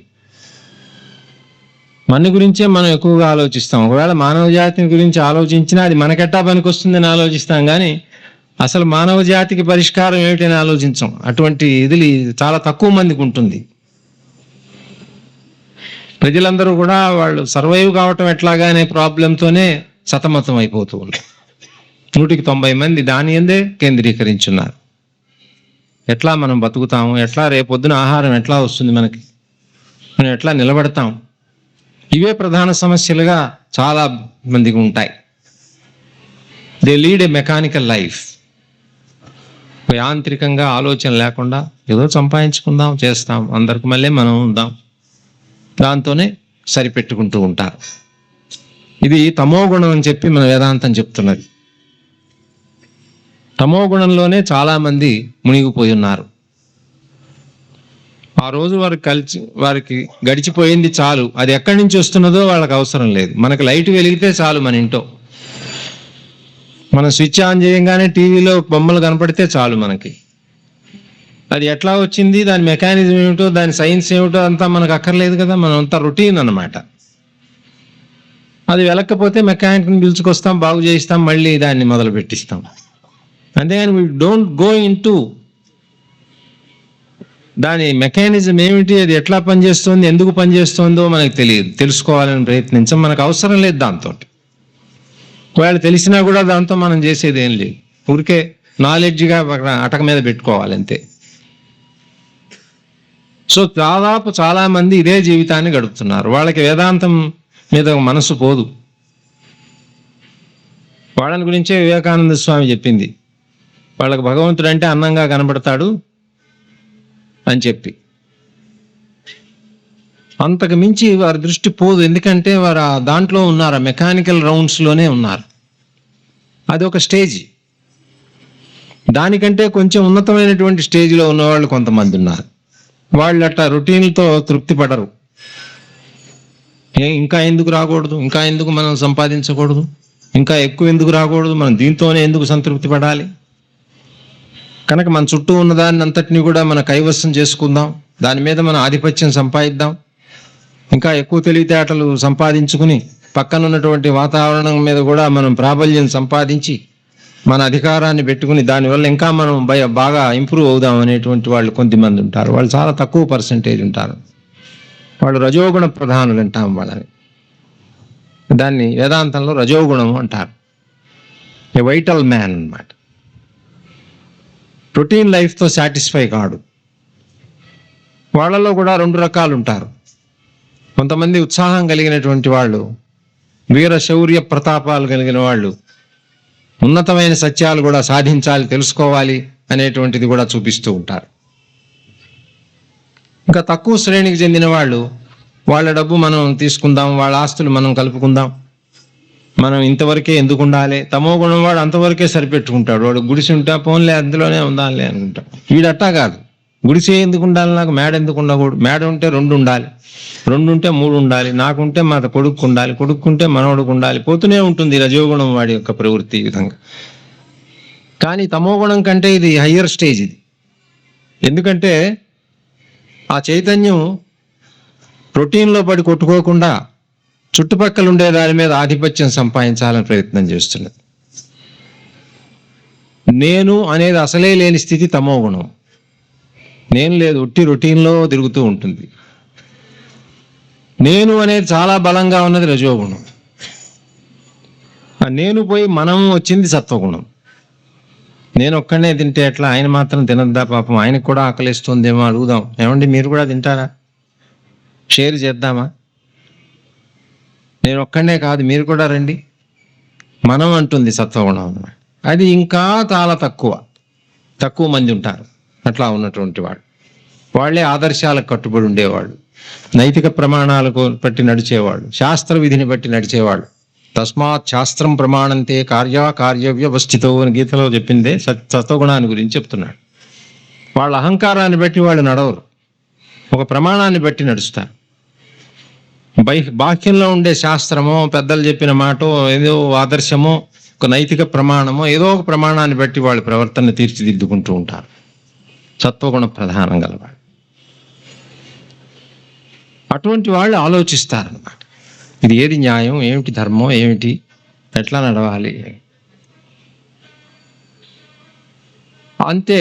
అందుకని నేను చెప్పొచ్చింది ఏంటంటే, ప్రపంచాన్ని గురించి ఆలోచించి ప్రపంచ సమస్యకు పరిష్కారం దొరికితేనే మనకు కూడా పరిష్కారం దొరుకుతుంది అన్నంత వివేచన గల వాళ్ళు చాలా తక్కువ మంది ఉంటారు.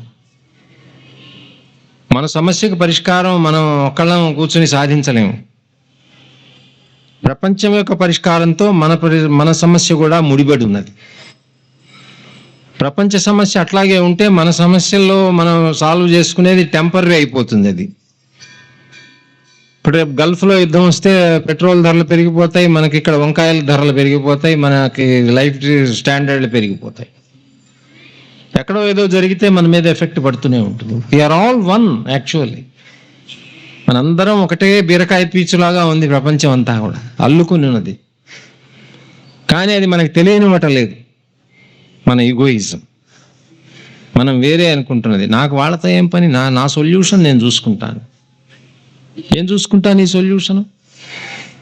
వంకాయలు 3 రూపాయల కిలో అలా 13 రూపాయల కిలో అయితే రేపు గల్ఫ్ వార్ మూలాన ఏమిటి నువ్వు సొల్యూషన్ చూసుకునేది అంటే, ఇక వాడి దగ్గర ఉన్న వంకాయలు తట్ట ఎత్తుకుని పోవాలి ఇంటికి, వాడికి డబ్బు లేకుండా ఎగ్గొట్టాలి. అదే సొల్యూషన్.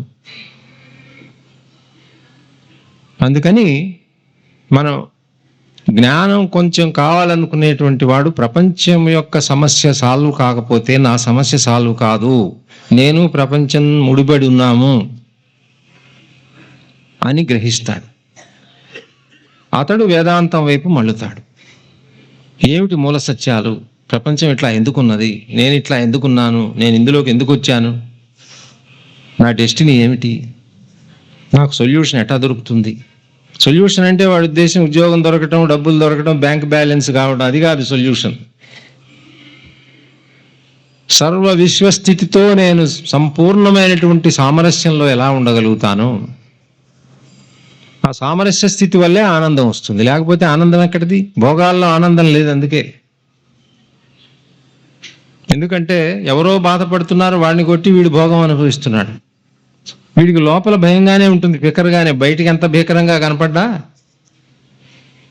లోపల అది పనిచేస్తూనే ఉంటుంది. వాడికి ఆనందం, వాడు అనుకుంటాడు భ్రమపడుతున్నాడు నేను ఆనందిస్తున్నానని, కానీ వాడికి నిజంగా ఆనందం లేదు. పొద్దున్న నేను చెప్పినట్టుగా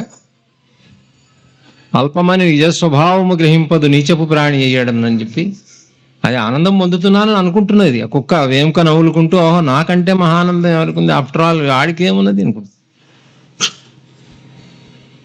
అది కొంచెం జ్ఞానం ఉన్నవాడు చూస్తే దాన్ని ఆనందం అని అన్నాడు. ఇదేం ఆనందం, నీ దుంపదేగా, దీంట్లో ఏం ఆనందం ఉన్నది? ఆ ఎముకలో మాంసం లేదు, ఏమీ లేదు. ఒట్టి ఎముక పట్టుకు నవ్వులుతుంటే దాని నోట్లో వస్తున్నటువంటి ఊండ్ అయిపోయి ఆ రక్తం వస్తుంటే అదే తాగి అందులోంచి వస్తుంది అనుకుంటోంది అది. ఇట్లాంటి అల్ప సుఖాలు అనిపిస్తుంది. మహానుభావులైన వాళ్ళు మన వంక చూస్తే వాళ్ళు ఏమనుకుంటారంటే నవ్వుతారు. మదర్ రాశారు ఒక చోట, ఈ ప్రపంచంలో ఈ అల్పులను చూస్తుంటే ఒకప్పుడు నా కోపం వచ్చేది, బాధపడేదాన్ని, ఇప్పుడు నాకు పోయింది. I get laughter irresistible laughter. అదే నవ్వు వస్తుంది.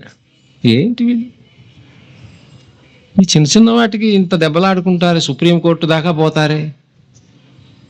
చెంటు భూమి కోసం సుప్రీంకోర్టుకు పోతాడు. మరి మహానుభావుడు గౌతమ బుద్ధుడు ఇచ్చిన రాజ్యాన్ని కూడా నాకు వద్దు పొమ్మన్నాడు. వాడు తెలివి తక్కువవాడు అంటున్నాడు వీడు. వాడు తెలివి తక్కువవాడు, వాడు పిచ్చివాడు, వాడు అట్లా వదులుకున్నాడు. అది మన ఇండియాలో అంతా మన వీక్ చేసి పారేశారు ఇట్లా చేసి. ఏనాటికైనా ప్రపంచానికి మార్గదర్శకం వహించవలసింది, దారి చూపించవలసింది భారతదేశమే అనేటువంటి ఒక మహా దృఢమైనటువంటి నమ్మకం గలవాడు శ్రీ అరవిందుడు. ఎందుకని? మనమే మిలిటరీ పవర్ అయినా, మనమే పెద్ద ఎకనామిక్ పవర్ అయినా, నేను పొలిటికల్ పవర్ అయినా, ఇవన్నీ కాదు. వీటి వల్ల నిజమైన బలం రాదు, తాత్కాలికంగా వస్తుంది. కారే రాజులు రాజ్యములు కలుగవే గర్వోన్నతించందరే వారేరి అని అడిగాడు. ఏరి వాళ్ళు ఇవాళ తాతా బిర్లాలు ఎగురుతున్నారు. 100 సంవత్సరాలు అయిన తర్వాత వాడిని దలిచేవాడు వాడు. ఎంతమంది కోటీశ్వరులు ధనవంతులు మేము లేకపోతే వాడు లూయి 14 అన్నట్టు ఆఫ్టర్ మీ డెల్యూజ్ అన్నాడు వాడు. నేను పోయిన తర్వాత అంతా ప్రళయం వచ్చేస్తుంది. బాబు ఏమొచ్చింది ప్రళయం? వాడంత దురహంకారం పెంచుకుంటూ ఉంటారు. చరిత్ర చదివితే మనం ఇవన్నీ చూస్తుంటే కూడా మనం ఏం పాఠం నేర్చుకోము. కేవలం ఎకనామిక్, పొలిటికల్, మిలిటరీ పవర్ వల్ల తాత్కాలికంగాను అణగొట్టచ్చు జనాన్ని, విధ్వంసం సృష్టించవచ్చు, రాక్షసత్వాన్ని, పైశాచికత్వాన్ని నెలకొల్పవచ్చు. అదే success? Do you call it success? Will any sensible man call it success? It's a shame. వాడే రియలైజ్ చేస్తాడు తర్వాత ఇది షేమ్ రా అని చెప్పి. ఇవాళ హిట్లర్ బతికుంటే ఎంత వాడు షేమ్ అనుకునేవాడు, వాడు చేసిన దురాగతాలన్నిటికీ. ఆ రోజుల్లో వాడు చాలా గొప్ప పని చేస్తున్నాను, నా అంతటి వాళ్ళు జర్మన్ రేస్ అందరినీ కాపాడటానికి భగవంతుడు నన్ను ఇట్లా పంపించాడు అనుకున్నాడు వాడు. It's not the real strength, that's never depend on your economics, politics and then military power. The real strength depends on the atman, the spirit. అదే ఇండియా మనకి ప్రపంచానికి ఇచ్చినటువంటి సందేశం. దాని మీదే మనం నిలబడాలి. అదే మన రియల్ స్ట్రెంగ్త్. దాన్ని పోగొట్టుకుని వాడు వెంబడి పడితే, నీ ధర్మం వదులుకుని వాడి ధర్మం వెంబడి పడితే ఏమవుతుంది? పరధర్మో భయావహ. వాడు చేసే పని నువ్వు చేస్తుంటే నీకేం లాభం? నీ ధర్మాన్ని నువ్వు వదిలిపెట్టుకుని, నీది ఆత్మధర్మం. అందుచేత ఈ ఆత్మధర్మాన్ని ఇచ్చినటువంటి దేశం కాబట్టి, ఆత్మ సామ్రాజ్యాన్ని విస్తరించాలని చూసేటువంటి దేశం కాబట్టి, మన వాళ్ళు బయటికి వెళ్తే జ్ఞాన భిక్ష పెట్టడానికి వెళ్ళారు, కానీ వాళ్ళ రాజ్యాలు ఆక్యుపై చేయడానికి వెళ్ళాల. మతం చూపించి రాజ్యాలు స్థాపించలా, ఆ పని చేయలా. కనుక మనం గురైనాం, వాళ్ళ యొక్క ఇబ్బందులకు గురైనాం. మహనీయులు గురవుతారు, మరి తప్పదు. ఒక అజ్ఞాన ప్రపంచంలో జ్ఞానాన్ని చూపించాలనుకున్నవాడు ఎన్నో అవస్థలు పడాల్సి వస్తుంది. వాడంతటా ఆయన విశ్వామిత్రుడు పోయి యాగం చేసుకుంటుంటే ఎవరి జోలికి పోకుండా పాపం ఆయన యజ్ఞం చేసుకుంటున్నాడు. ఎవరిని ఏమనలేదు. ఆ మారీచుడు సుబాహుడికి ఏం పుట్టింది? అది చెడగొట్టాలని.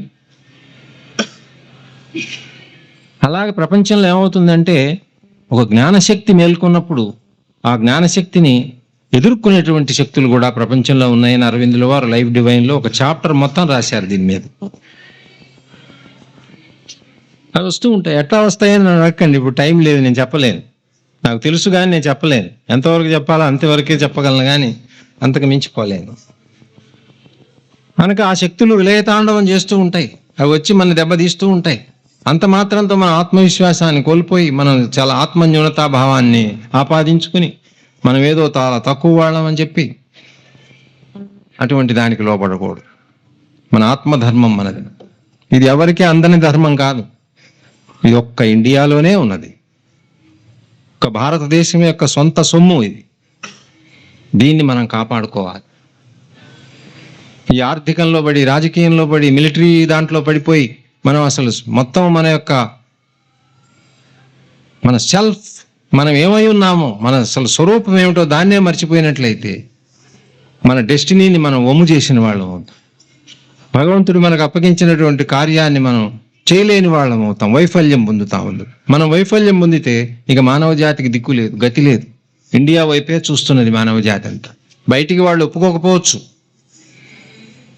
ఏమిరా ఈ దేశం, వాళ్ళల్లో వాళ్ళు పోట్లాడుకుంటారు, మనం పోయి వేలు పెడితే మళ్ళీ అందరూ ఏకమవుతారు, ఏమిటి వీళ్ళల్లో స్ట్రెంగ్త్ అని ఇప్పటికి ఈ రోజు కూడా విదేశీయులకు అర్థం కావట్లేదు. ఇండియాకున్న ఇన్హరెంట్ స్ట్రెంగ్త్ ఏమిటి?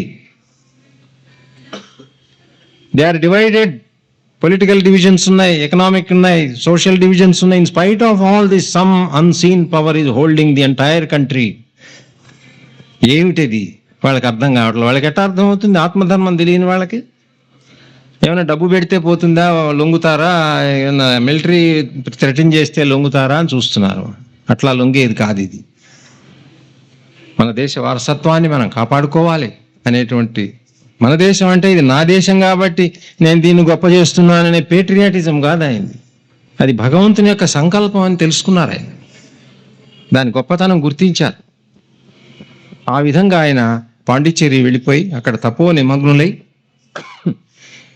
అటువంటి మార్గాన్ని అన్వేషించి ఆయన తెలుసుకుని పూర్తిగా దాన్ని ఆయన స్పష్టపరుచుకుని తన అనుభవపూర్వకంగా, కేవలం వైజ్ఞానికంగా కాకుండా అనుభవపూర్వకంగా దాన్ని స్పష్టం చేసి దాని గ్రంథ రూపంలో ప్రకటించి మనందరికీ కూడా అప్పజెప్పిపోయినాడు. ఎవరిని ఆయన నిర్బంధం చేయలేదు.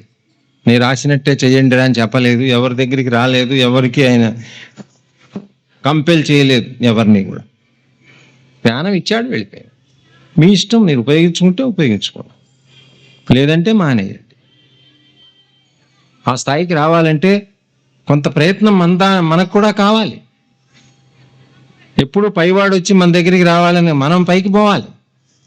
దానికి కావాల్సిన స్తోమత మనం సంపాదించుకోవాలి. దాంట్లో అప్పుడు ఉన్నటువంటి యొక్క అమృత భాండం మనకు అందుతుంది.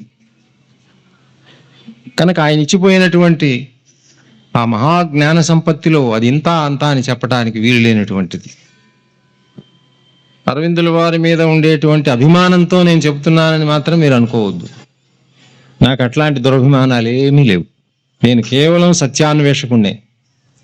ఎక్కడ సత్యం కనపడుతుందా అని వెతుకుతున్నాను. నాకు ఇక్కడ కనపడ్డది, దాసోహమైనాను.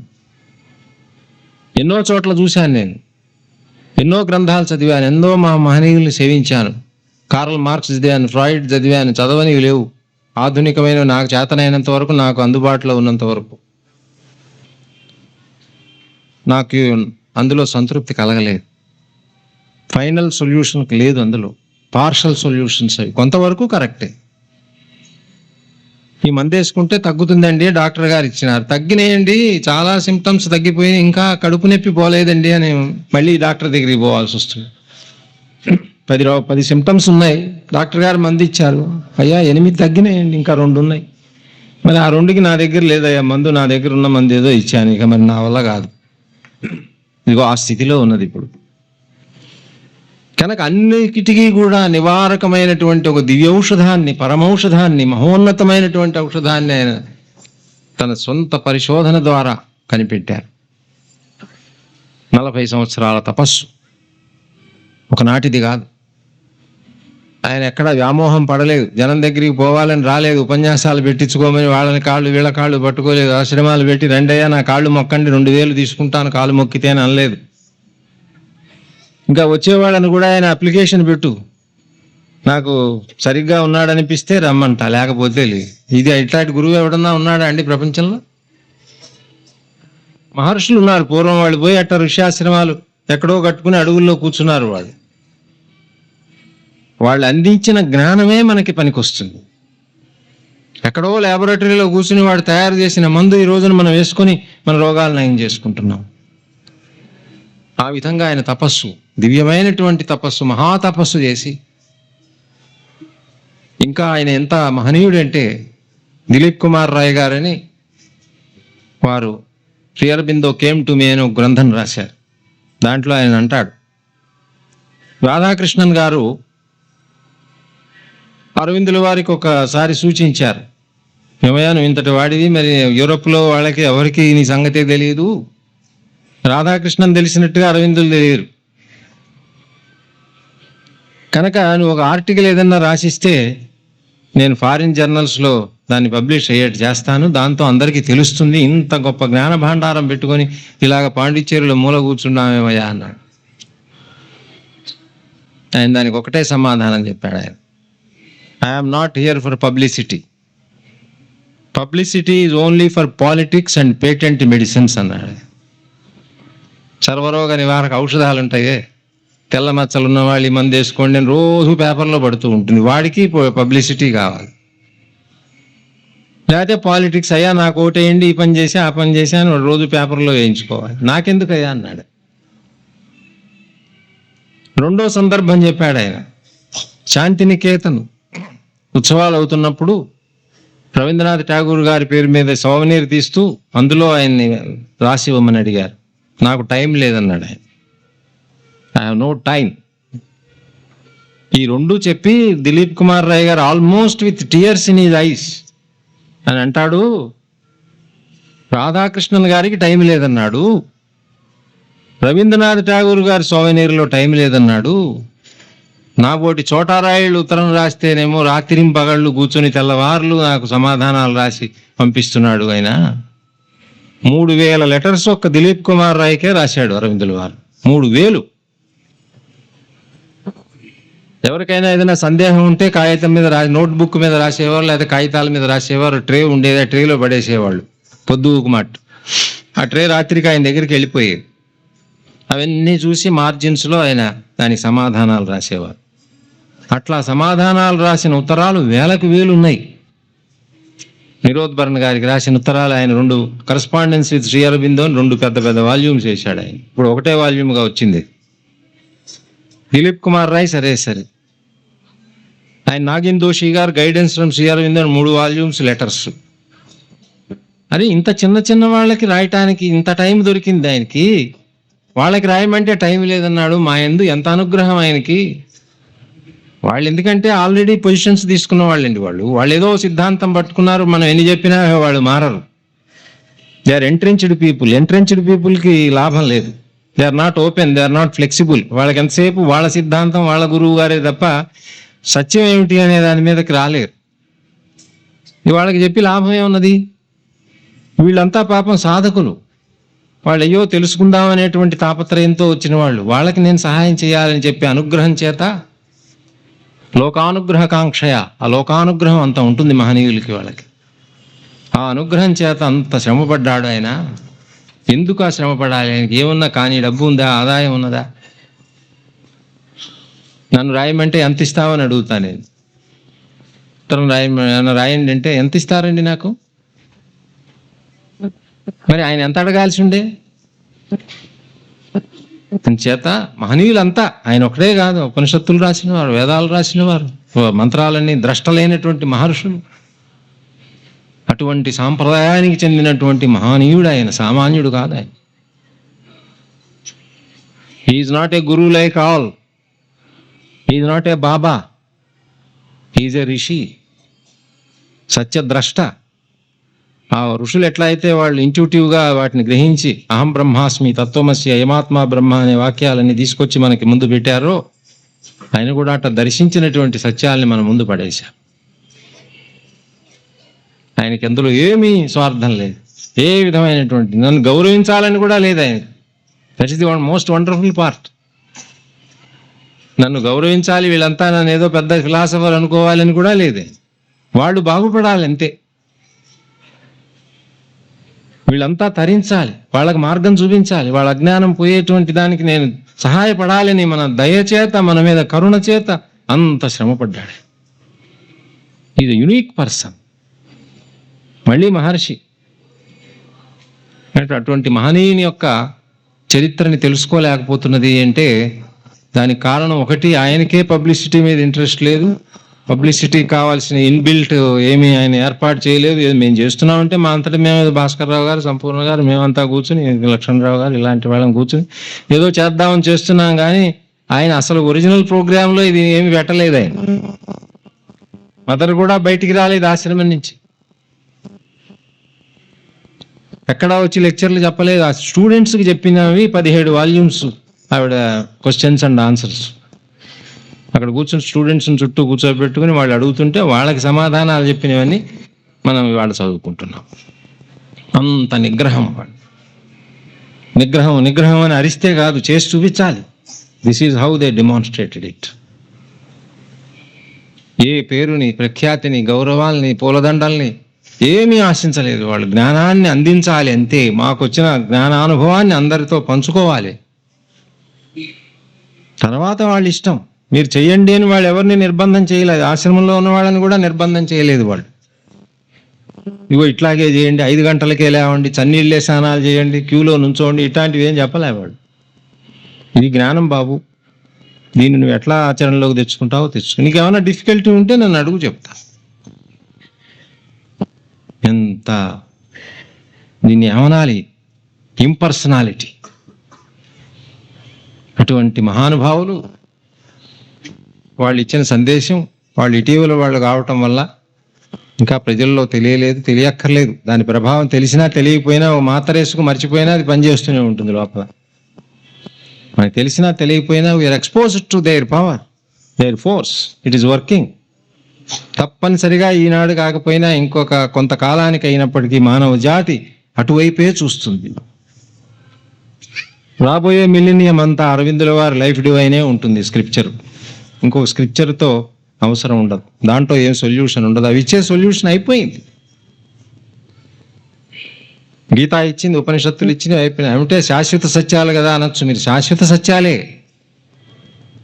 కానీ శాశ్వతమైన సత్యం కూడా కాలంలో అభివ్యక్తం అవుతున్నప్పుడు, మేనిఫెస్ట్ అవుతున్నప్పుడు, ఆ కాలాన్ని బట్టి, ఆ యుగాన్ని బట్టి ఆ సత్యం యొక్క అభివ్యక్తి కూడా మారవలసినటువంటి అవసరం ఏర్పడుతూ ఉంటుంది. కాబట్టి అటువంటి మహనీయులైనటువంటి శ్రీ అరవిందుల వారు రాసినటువంటి ది ఎస్సేస్ ఆన్ గీత మీద నేను మాట్లాడాలని అనుకున్నా. అది నా ప్రసంగానికి ఉపోద్ఘాతం యొక్క ఉద్దేశం. అయితే గీత గురించి ఏమిటి, ఆయన గీత మీరు ప్రత్యేకంగా పేర్కొంటున్నారు, దీంట్లో విశేషం ఏమిటి అనొచ్చు. ఎంతమంది రాయలేదు గీత మీద? ఓ గంపలకి ఎత్తచ్చు, గంపలకేమిటి లారీలకి ఎత్తచ్చు. ఆదిశంకరుల నుంచి ఐదేవర కాళేశ్వరరావు దాకా గీత మీద వ్యాఖ్యానం చేయనివాడు ఉన్నాడా? కళ్యాణానంద భారతి గారు శంకర భాష్యానికి తెలుగులో రాశారు. దాంట్లో ఉపోద్ఘాతంలో ఒక మాట అన్నాడు ఆయన, చాలా చక్కటి మాట. గీత మీద ఏ 1-2 వాక్యములు రాసినా మన జన్మ చరితార్థమగునని అందుకుంటారు అందరూ కూడాను అని మాటల్లో చెప్పాలి. అంత రాశారు. మరి రాసిన దాని వల్ల ఫలితం ఏమొచ్చిందండి మామూలు వాడికి? అసలు గీత ఏం చెబుతున్నదో తెలియకుండా పోయింది. అది ఇన్ని వ్యాఖ్యానాలు రాయటం వలన అసలు గీత చెప్తున్నది ఏమిటయ్యా అని తెలియకుండా పోయింది. ఏ పార్టీ ఓటేయాలో తెలియనట్టుగా ఓటర్కి. ప్రతివాడు వచ్చి నేను ఇంత చేశా, నేను అంత చేశా, నేను మహానుభావుని, వాడు దుర్మార్గుడు, నేను ఒక్కడే సాధువుని, వీడు పరమ దుర్మార్గుడు, వాడేదే చెప్పాడు, వీడేదే చెప్పాడు. వీళ్ళందరిది నిజమైనట్టయితే అంతా దుర్మార్గులే కావాలి, లేకపోతే అందరూ చాలా సాధువులు కావాలి. మరి ఎవరికి వేయాలరా? మరి అందరూ ఒకటే కోత కూస్తున్నారు అని ఓటరు చచ్చిపోతున్నాడు ఇక్కడ. వాడు వాగుడేమన్నా తక్కువ వాగుతున్నారా? రోజు తలపడి వాగుతున్నారు, పుస్తకాల్లో రాస్తున్నారు, పేపర్లలో రాస్తున్నారు, చెప్తున్నారు, చెప్పి చెప్పి చెప్పి ఎంత చెబితే అంత కన్ఫ్యూజన్ ఎక్కువ అయిపోతున్నారు. ఎందుకంటే ఓటేసేవాడికి క్లారిటీ రావటం లేదు, దేన్ని బట్టి చేయాలి. అట్లాగే ఈ వ్యాఖ్యానాలన్నీ కూడా మనం చూసినట్టయితే ప్రముఖంగా మనకు కనిపించేవి కొన్ని వ్యాఖ్యానాలు. అందులో మొట్టమొదటిది ఆదిశంకరుల వారు రచించినటువంటి గీతాభాష్యం. వారు రాసినటువంటి గీతాభాష్యాన్ని మనం చూసినట్లయితే గీత అద్వైత సిద్ధాంత ప్రతిపాదక గ్రంథంగా చెప్పినాడు ఆయన. అద్వైత సిద్ధాంతాన్ని గీత బోధిస్తున్నది. తర్వాత రామానుజుల వారు విశిష్టాద్వైతమే గీతలో చెప్పింది. తర్వాత వచ్చిన మధ్వాచార్యుల వారు అది కాదయ్యా, అది లేదు ఇది లేదు, అందులో ద్వైతమే చెప్పింది గీత. తర్వాత వల్లభాచార్యుల వారు వాళ్ళ ముగ్గురు కాదయ్యా, అసలు శుద్ధాద్వైతం అయ్యా గీతలో ఉన్నది, అద్వైతం కాదు, విశిష్టాద్వైతం కాదు, ద్వైతం కాదు, శుద్ధాద్వైతం. నింబార్కుల వారిని ఇంకొక ఆయన వ్యాఖ్యానం, ఆయన కూడా చాలా గొప్ప ఆచార్యులు, ద్వైతాద్వైతం అయ్యా అన్నాడు. జ్ఞానేశ్వరీయం అనే ఒక పెద్ద వ్యాఖ్యానం ఉన్నది గీతకి. ఇదంతా కాదు, రాజయోగం గీత చెప్తున్నది. 6వ అధ్యాయం ప్రధానంగా తీసుకుని కుండలిని యోగం, రాజయోగమే గీత చెప్తుంది. ఇది ప్రాచీనుల ధోరణి. ఇక ఆధునికులు కూడా గీత మీద చాలా ఆకర్షితులైనారు. బంకించంద్ర చటర్జీ గారు ఒక వ్యాఖ్యానం రాశారు. బాలగంగాధర్ తిలక్ గారు ఫ్యాక్టరీ ఉంటే గీతారహస్యం అనే పేరుతో గీత కర్మయోగాన్ని గురించే చెప్తున్నది అని. గాంధీ గారు అనాసక్త యోగం అనే పేరుతో గీత అనాసక్త యోగాన్ని గురించే చెప్తున్నది. ఇప్పుడు ఇదంతా చూశాక అసలు గీత ఏం చెబుతున్నదంటే మతిపోతున్నది మనకి. వాడు చెప్పిందేమో మనకు అర్థం కాలే, కానీ ఉన్న మతి కూడా పోయింది. ఇప్పుడు మనకి ఏం చెప్తుంది గీత? ఇప్పుడు వీటిలో ఏది చెప్పిందని మనం అనుకోవాలి అంటే ఒక నిష్పాక్షికుడైనటువంటి సత్యాన్వేషకుడి దృష్టిలో చెప్తున్నాను. అది వరకే ఏదో క్యాంపులో చేరిపోయిన వాళ్ళ సంగతి చెప్పటం లేదు. వాళ్ళకి మనం ఏం చెప్పినా అది అరణ్యరోధనం, దండగా. ఎందుకంటే they have satisfied themselves that they have the ultimate truth in their hands. ఇంకా మనం ఏం చెప్పలేం. కానీ మీరు నేను అట్లా లేము. మనం నిజమేమిటో తెలుసుకుందాం, మనకి ఏది బాగుపడే మార్గమో మనం అర్థం చేసుకుందాం అని చెప్పి మనం చూస్తున్నాం. కానీ ఫలానా ఏ గారు చెప్పిందా, బి గారు చెప్పిందా అని మనకేం అట్లాంటిది ఏం లేదు. ఎవరు చెప్తే మనకేమి, మనకు కావాల్సింది సత్యం, మనం బాగుపడే మార్గం. ఏ డాక్టర్ అయితే మానింది మందు అన్నాడు. మా డాక్టర్ గారి ప్రాణాలు పోయినా సరే ఆ డాక్టర్ గారి దగ్గరే తీసుకుంటే నీ కర్మ తీసుకో, మరి ఎవరు వద్దన్నారు. కానీ మానింది మందు. రోగం అయితే మానాలి కదా మందు తీసుకుంటే. అందుచేత ఇప్పుడు ఏం చెప్పినట్టు గీత అద్వైతం చెప్పిందా, విశిష్టాద్వైతం చెప్పిందా, ద్వైతం చెప్పిందా? మరి ద్వైతాద్వైతమా, శుద్ధాద్వైతమా, కర్మయోగమా, అనాసక్త యోగమా, ఏమిటండి? అన్నీ చెప్పింది అన్నారు అరవిందులో, ఒకటే ముక్క. ఇవన్నీ చెప్పింది. ఇవన్నీ కాకుండా ఇంకా కొన్ని కూడా చెప్పింది, వాళ్ళకి తెలియనివి. ఇంగ్లీష్లో చెప్తారు, ఈ talked and talked and talked but said nothing అని ఒకటి ఉంది. మాట్లాడాడు కానీ ఏం చెప్పలేదు. మాట్లాడాడు గంట సేపు, ఏమిట్రా అంటే ఏమీ లేదు అందులో. అట్లాగా అంటే వాళ్ళ మహనీయత్వాన్ని శంకించటం లేదు నేను. వాళ్ళంతా అవతార పురుషులు, మహానుభావులు, వాళ్ళ అనుభవం పొందిన వాళ్ళు. వాళ్ళ కొనగోటికి కూడా నా బోటిగాడు సరిపోదు. శంకర్ల వారు ఎక్కడ, మనం ఎక్కడ? వాళ్ళ పర్సనల్గా వాళ్ళని కించపరచడం కాదు మన ఉద్దేశం. దానివల్ల మనకి ఎంతవరకు పరిష్కారం దొరికింది అని. ఆయన ఎండిఏ, ఆయన డాక్టర్ కాదంటలేదు. ఆయన క్వాలిఫికేషన్ మనం శంకించటం లేదు. ఆయన ఫారెన్ రిటర్న్ మహానుభావుడు, గొప్పవాడు. ఆయన ఇచ్చిన మాత్రం నాకు పనిచేయలేదు, మరి ఏం చేయమంటా, నా కర్మే. I'm not doubting his qualification. Unfortunate గా మన వేదాంతంలో ఇట్లాంటి మూఢ అయినటువంటి సాంప్రదాయం ఒకటి మనకు వచ్చింది. మదర్ని అడిగారు ఒకసారి, సూపర్ మ్యాన్ ఫస్ట్ ఏ గ్రూప్లో వస్తాడు అని. సైంటిస్ట్ గ్రూప్లో వస్తాడని చెప్పింది. వేదాంతుల గ్రూప్లో రాడు. వేదాంతుల గ్రూప్లో చస్తే రాడు, చాలా దూరాన పోతాడు. వాళ్ళని చూస్తేనే అవతలికి పోతాడు. కారణం ఏమిటంటే, సైంటిస్ట్లో గొప్పతనం ఏంటంటే, ఇప్పుడు న్యూటన్ తర్వాత ఐన్స్టీన్ వచ్చాడు, రిలేటివిటీ చెప్పాడు. న్యూటన్ లాస్ ఆఫ్ మోషన్ చెప్పాడు, అది ఆయన ఒప్పుకోలేదు దాన్ని. అంటే న్యూటన్ దుర్మార్గుడు, వెధవ, చచ్చు వెధవ, వాడికి ఏమీ రాదు, నాకు ఒక్కడికే వచ్చు అని ఐన్స్టీన్ చెప్పడం లేదు. న్యూటన్ మహానుభావుడే, చెప్పాడు. ఆయన కాలంలో ఆయనకి చేయగలిగినంత చేశాడు. ఒక్క మనిషే సర్వ విజ్ఞానాన్ని ఎట్లా తీసుకొచ్చి పెడతాడు? ఇది ఒక ప్రవాహం. న్యూటన్ అడిగారు, నీ అంత గొప్పవాళ్ళు ఏంటంటే ఆయన చెప్పాడు, నాకంటే ముందు తరాల వాళ్ళ భుజాల మీద నేను నుంచున్నాను కాబట్టి నేను మరుగుజ్జువాడిని అయినప్పటికీ మీకు అంత పొడుగ్గా కనపడుతున్నాను అన్నాడు. I'm standing on the shoulders of my predecessors. అటువంటి వినయ విధేయతలు మన వేదాంతులకు ఉన్నాయా? దురహంకారులు ఎవరయ్యా ప్రపంచంలో ఉంటే వేదాంతులే. వీళ్ళలో వస్తాడా సూపర్ మ్యాన్? సస్తే రాడు. సైంటిఫిక్ యాటిట్యూడ్ ఏది మనకి? చెప్పాడు ఆయన, పలానా వారు ఆచార్యుల వారు చెప్పారు, బాగానే ఉంది, వారు చెప్పారు. అంతా ప్రపంచంలో ఉన్నదంతా ఆయన ఒక్కడే చెప్తాడని ఎక్కడుంది? ఆయనే మళ్ళీ అవతారం ఎత్తుతున్నాడు, చెబుతున్నాడు అనుకోవచ్చు కదా. ఆ యుగానికి ఎంతవరకు అవసరమో అంతే చెబుతారు. తర్వాత యుగంలో వచ్చిన డెవలప్మెంట్స్ని బట్టి మళ్ళీ ఇంకొక కొత్త సత్యాన్ని ఆవిష్కరిస్తూ ఉంటారు. ఇది నిరంతరంగా ప్రవాహంగా పోతుంది. ఇందులో ఎవరిని కించపరిచే ప్రశ్న ఎక్కడుంది? ఎందుకని మన వేదాంతులకి రావటం లేదు? ఇంత రిజిడ్ అయిపోయి, ఎంట్రెంచ్ అయిపోయి, మూఢులైపోయి, క్యాంప్ ఫాలోయర్స్ అయిపోతున్నారు. ఎందుకు? You be follower of the truth but not a person. Don't be a follower of Aurobindo. Be follower of his supramental yoga and his thought and his message. Persons ఎందుకు మనకి? విజ్ఞానం కావాలి. సైంటిస్టులు అదే ఉంది, పర్సన్ కాదు అక్కడ ప్రధానం, విజ్ఞానం. వాడు అందించినటువంటి యొక్క జ్ఞానం అది అభివృద్ధి అవుతున్నది. ది డెవలప్మెంట్ ఆఫ్ సైన్స్ అని రాస్తున్నాడు వాడు పుస్తకం. అక్కడి నుంచి ఇక్కడ దాకా డెవలప్ అవుతూ వచ్చిందని వాడు సగర్వంగా చెప్పుకుంటుంటే మన వేదాంతులు మావాడు చెప్పిందేనండి, మిగతావంతా దండగండి. ఇది scientific attitude should come in Vedanta also.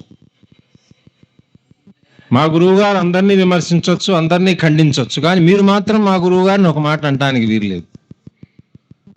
ఇటువంటిప్పుడు మనకి సత్యాన్వేషకులు ఎట్లా అవుతాం? విషయాన్ని విమర్శించుకోవాలి. వారు చెప్పారు అనగానే వారి వ్యక్తిగతమైనటువంటి దాంట్లో పడిపోయి ఆయన ఏది చెబితే అదే కరెక్ట్ అనుకుంటే రాజకీయం అయిపోయింది. ఇది మా లీడర్ గారు ఏది చెబితే అదే, అంతేనండి. ఎందుకు ఆయనంబడి తిరుగుతున్నాడు? మొదటి నుంచి ఆయనంబడి తిరుగుతున్నాను సార్ అన్నాడు ఒక ఆయన నాతో, మా ఫ్రెండ్ ఉన్నాడు. ఎందుకు ఆ పర్టికులర్ లీడర్తో తిరుగుతావు? ఇప్పుడు మొదటి నుంచి మేము ఆయనతోనే ఉంటున్నాం సార్. ఆయన ఏ పార్టీలోకి పోతే మేము కూడా ఆయనతో అందులోనే పోతాం. మంచిది నాయన, నీకు నమస్కారం. నువ్వే నిజంగా ప్రజలను ఉద్ధరించేవాడు. ఏది విషయం తెలుసుకుందామనేది? అదిగో అది ఆ సైంటిఫిక్ యాటిట్యూడ్ మీకు first time in Vedanta, after Upanishads and after Gita, you will see only in Life divine.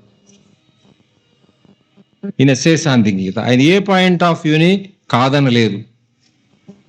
అన్నిటికీ సత్యం ఉన్నది, అన్నిటికీ చెల్లుబాటు ఉన్నది, ప్రతిదానికి స్థానం ఉన్నది. అదిగో అటువంటి సత్యాన్ని నేను మీకు ఆవిష్కరిస్తున్నా. ఇందులో అద్వైతానికి స్థానం ఉంది, పీట వేశా, కూర్చో. విశిష్టాద్వైతిరా, నీకు పీటేశా. నాస్తికుడా రా, నీకు పీటేశా. నాస్తికుడు కూడా చాలా మహోపకారం చేశాడు, ఎవల్యూషన్ కని రాశాడు ఆయన. రేషనలిస్ట్ ఎంతో మహోపకారం చేశాడని రాశాడు. వాడు లేకపోతే ఏనాడో భ్రష్టు పట్టిపోయేది. ఆ మూఢనమ్మకాలని వదిలించి మన జ్ఞానాన్ని దులిపి, ఆ బూజంతా దులిపి చక్కగా అక్కడ పెడుతున్నాడు. వాడెంతో సహాయం చేస్తున్నాడు. అందరికీ నేను చక్కగా పీట వేశారండి, కూర్చోండి, విందు ఆరగిద్దాం మనం అంటే వాళ్ళ గుర్రు. నా ఒక్కడికే పీట వేయాలి, అందరికేసి నాకేస్తావు, ఇది వాళ్ళకి తగాదా. అందరికీ పీటేసి నాకు కూడా పీటేస్తావా? నేను రాను, నా ఒక్కడికే వేయాలి.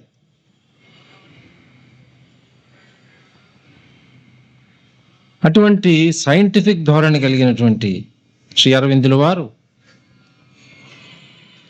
గీతని ఏ విధంగా దర్శించారు, ఆయన ఎందుకు గీతన అంత అట్రాక్ట్ చేసింది ఆయన్ని, ఎందుకోసం దాని మీద ఆయన వ్యాఖ్యానం రాయవలసి వచ్చింది, చాలా ఇంట్రెస్టింగ్గా ఉంటుంది. మొట్టమొదటి ఆయన గీతని ఒక ప్రత్యేకంగా ఏదో ఒక సిద్ధాంతాన్ని బోధించే గ్రంథంగా చూడలేదు. అది ఒక పెద్ద సంయోజక గ్రంథం అనుకున్నాడు ఆయన. It is a grand synthesis. గీతలో ఉండే విశేషం ఏమిటంటే ఇట్స్ ఎ గ్రాండ్ సింథసిస్, అంటే సంయోజకం, అన్నిటినీ కలిపేది. గీతాచార్యుడు గీతోపదేశం చేసే నాటికి భారతదేశంలో ప్రధానంగా 3 ఆధ్యాత్మిక శాఖలు ఉండేవి. ఒకటి సాంఖ్యం, రెండోది యోగం, మూడోది వేదాంతం. ఈ సాంఖ్య యోగ వేదాంతాలు ఎవరికి వారే మేమే సత్యానికంతా వారసులం అని చెప్పుకుంటూ, సాంఖ్యుడేమో మిగతా వాళ్ళని తిడుతూ, వేదాంతులు మిగతా వాళ్ళని తిడుతూ, ఇలాగ వీళ్ళల్లో వీళ్ళు వాదోపవాదాలు చేస్తూ ఒకళ్ళనొకళ్ళు పరస్పరం ఖండించుకుంటూ ప్రజలలో ఒక విధమైనటువంటి కన్ఫ్యూజన్ క్రియేట్ చేస్తున్నటువంటి తరుణంలో శ్రీకృష్ణ భగవానుడు అవతరించి ఈ సాంఖ్య యోగ వేదాంతములను మూడిటిని కూడా సమన్వయం చేసి, నాయనా నువ్వు చెప్పేది నిజమే, నువ్వు చెప్పి, కానీ మీరు సర్దుబాటు చేసుకోవాలి, కొంచెం కొద్దిగా మీరు సర్దుబాటు చేసుకున్నారా, మేము చేసుకోకపోతే మీ కర్మ అంతే, కొట్టుకు చావండి. కొంచెం సర్దుబాటు చేసుకుంటే మీ ముగ్గురు చక్కగా ప్రజలకు ఉపయోగపడతారు. మీరు ముగ్గురు కావాల్సిన వాళ్ళే. ఇప్పుడు ఒకటి జీడి మామిడి తోట వేసి జీడిపప్పులు తయారు చేస్తున్నాడు, ఇంకో డైరీ ఫామ్ పెట్టి పాలు తయారు చేస్తున్నాడు, ఇంకొకటి చెరుకు తోట వేసి పంచదార తయారు చేస్తున్నాడు. ఆ 3 కలిపి మనం పాయసం చేసుకుందాం. వీళ్ళంతా స్పెషలిస్టులు. సత్యంలో ఉండే ఒక్కొక్క అంశాన్ని వాళ్ళు ప్రత్యేకించి పరిశోధన చేశారు. అది కూడా అవసరమే. స్పెషలిస్టులు లేకపోతే సంయోజకానికి అర్థం లేదు. ఏమి సంయోజన చేస్తాను, ఏం సింథసైజ్ చేస్తావు? అవన్నీ రావాలి. అవన్నీ వచ్చిన తర్వాత వాటిని సింథసైజ్ చేస్తూ ఉండాలి.